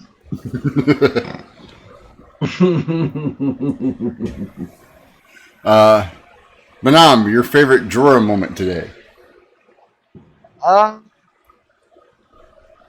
He was how about it? I'm not sure what is it. I'm not sure. The for Krampus belittling him like Your Highness, he's a king. Or not. Oh, great! We have another one more royal member family with us in the party. But I'm not sure if there are anything that, like, they're insisting that the interaction with the dwarf with Bonda. Yeah? I believe that all in my mind at the moment. Sai? Your favorite Jorah moment? I quite like that. I think I'm going to need another crown. That was quite cool. Yes. That was I like that. That was very sweet. Mine is the asking permission to make sure it was okay with Ember. Yeah, I know. Like, I'm going to do it. He's like, I'm going to do it. You're not going to be mad, right? Like he's going to do it, but he just wants to make sure that you're not going to like turn him into a toadstool or something when he does it. It'll be fine. It's always it's awkward at a wedding when the mother-in-law to be does not approve of the bride. Yeah. No. I've already said, so long as he looks after it, it's all right. And as long as Casmi's happy. Yeah. Yeah. I remember I need to make a crown for her. Yes. Oh, buy a new. Yeah. Tom, your favorite Jorah moment? When he resets the trap, but he alters it just a little bit. Yeah. Make it harder for the next guy. He's like, yeah, this is trapped, but it's just trapped a little bit different. Tom, your favorite Ember moment? Like when Krampus comes into town, and like it's the whole like, he's like knowing that Krampus isn't going to do like the formal introductions, like going through it all. Like I like that. Like no, I know I know all the proper etiquette and everything else, and Krampus has no clue. He's just... Sai, your favorite Ember moment? I quite like I quite like that. I quite like sort of Listen, getting the crown is rather sweet, but you do understand you're still not on my social level. Yes. Yeah. Yeah. Oh yes, you're a king, but right. And frankly, they're two a penny. I know a shit. Yeah. It was. Oh look, you found yourself a trinket. No, it's a real crown. Yes, but it's still a trinket. Yes. Yeah. I have a closet full of them. Madame, your favorite Ember moment? Yeah, like the moment you oh, nice trinket. No, it is a crown, not just any trinket. It literally give away like it is not just a crown, but no, it's a crown that give a wave that hey everyone, this person is a king. Yeah. Like literally, like it is a powerful magical item. I believe so. If it have the power to, like, Oh yeah, it's got some stuff. to yeah. Listen, I've floated down face first in front of a floating forest dragon and Yeah. told them that I'm not impressed. All right, so you getting a crown is nowhere. I'm not a dragon. I'm Jorah. There's a different Jorah. No, Sure. exactly. Which is why, especially why I'm not going to be particularly Yeah. impressed. It's like, I know you. she's like, Ember's like, yeah, you're wearing a crown, but I've seen you in your skivvies. So, like, yeah, Yeah, pretty much. Yeah, Mr. All High and Mighty, where's your shoes? Right, like, Hey, it's not my fault. My shoes stuck in a golden molten gold. I couldn't Can I- leave. I couldn't. Good. all I hear is excuses. Can I remember? Oh, no. Listen, I can remember the time when you went Ted Bundy on a ship. All right, so don't even give me. Yeah, had a remnant following you for like 6 months because you wanted to murk some guy on a boat. Still want to murk that orc with one eye. Still remember him. Yeah. It's Yeah. in my notes. He said, I have a list. Still do. Yeah. Tom, your favorite NPC DM story plot moment for the day? I mean, there's the whole the remnants of Cranktus's family and tribe, or herd, whatever you want to call it, herd, and that. I mean, there's that piece of it, and then there's also I do like the how you reintroduce Tiriana, like the she's that was it, damsel in distress. It's Yeah. like the training took hold. Right? Yeah. No, She did have an extra. She did have like an extra 7 years of training on top of you guys, right? like No, but I have to say Tiriana was my favourite because previously it had been Auntie Ember, and now it's like, okay, now you can handle yourself. I don't have to worry about it too much. yeah. She's like, okay, like she's been calling you Auntie the whole time, and then the fight starts, and she's like, you're like, I want to protect her, and she's like, see you, bitch. Like, Off you go. And to be fair, she's handled herself very well so far. So Yeah. She's got some tricks up her sleeve. Carry on, girl. Yeah. Yeah. No, she's good. She knows what she's Yeah. doing. Oh no, there's a Bard college called the College of Dancers, and they're blade they're blade dancers. So she's a blade singer. So she's taken all of that lithe quickness and turned it into the blade dancing that her mom knows. And yeah, that's one of the new subclasses, isn't it? That's just recently come out. I have no idea. Yeah. I have no idea. Yeah, there's I found it the other day, and I was like, oh, cool. Yeah, no, it's only recently come out. It's really good. It basically it sort of makes Arcane Trickster completely Useless. Yeah. Well, I've never liked Arcane. Yeah. Everything you can do as an Arcane Trickster and be a bard. Yeah. Yeah. But so you liked her. Manon, what about you? No, I really liked her. Yeah, the interaction between his Krankus and his family, and the wife and his Krankus brother. That is a fun, cool moment. a wholesome moment actually. I like the princess when she decided to follow Joragal while that He dwarf was handing sneaking, him the book. like he was sneaking off. He's like, "Yeah, I'm just sneak off here." And she's like, "So what you doing? What you doing?" Yeah,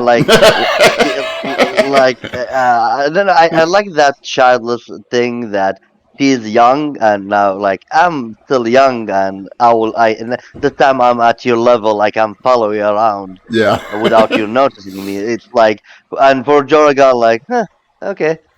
She learned a And few things from you. Hey, yeah, you taught her. and I it's mean, you all, did teach her how to hide and you know Mhm. how to gather, do that kind of stuff. Yeah. Yeah, I'm She glad learned that. from everybody. Yeah, I'm glad that you guys liked what I did with her and Krankus. I'm hoping that Krankus gets a little joy out of meeting his family. Like he still has family and like because Krankus has had a lot of loss lately.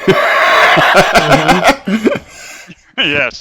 And I was hoping you guys would have got to it last time, but we ran a little long in the fight. The fight took a little longer than I wanted it to.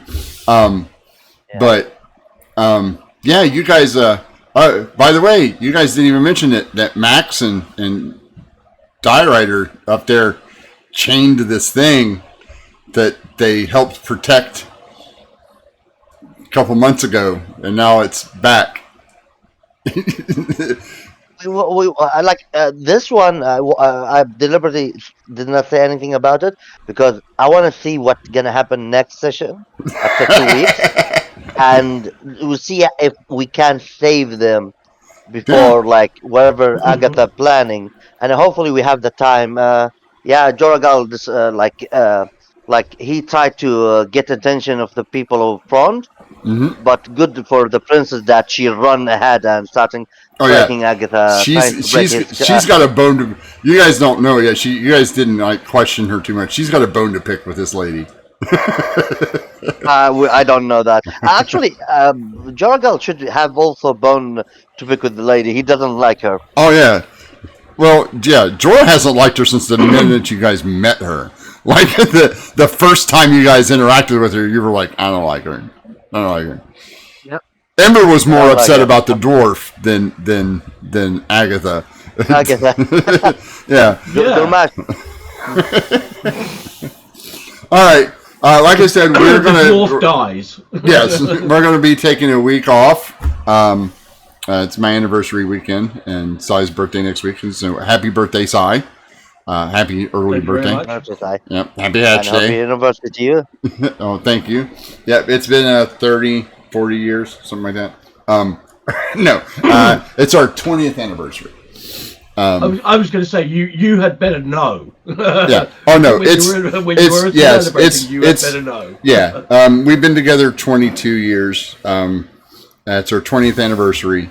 We're going to get away from the small children and stuff and have some fun times. Just enjoying ourselves. With that being said, don't forget, this is September, so subs are half off for the remainder of the month still. So if you want a subscription, if you have a Amazon Prime subscription, you get a free Twitch subscription. You can use that. We'd love for you to use it here. Don't forget to follow us. If you're watching on YouTube, don't forget to like, subscribe, hit the notification bell so you can get notified when all of the new videos go up. This one will be going up shortly. After we're done, I'm going to give a shout out to our sponsor, Comic World at comicworld.com, and Dirty Dips Hydrographics at dirtydipshydrographics.com. Check both of them out. And always, everything we do is brought to you by you, the viewers. So keep tuning in, keep checking out the stream, and 5 more episodes to go. We got 3 regular and 2 in the finale, so we're coming down on the wire here. Everything's starting to everything's starting to the shit's starting to roll downhill, as it were. Oh yeah. as evidenced by the giant crystal we thought you thought you buried under a mountain of rock and a giant lake. And it seems considerably larger than it was the last time you saw it. Everybody's like, "Oh, that's the crystal! Holy shit! Wait, didn't we bury that?" But that's it from us. I'm the Loophole King. I'm your DM. These are the guys. This has been Oblivion Unchained, Season 4, Episode 21. The Fortune of Friends. Signing off here from Blue Cheese Room on the dark side of the moon. May all your rolls be crits and may all your draws be lands. And have a great weekend, everybody. Bye, everyone. Good night, guys. Bye.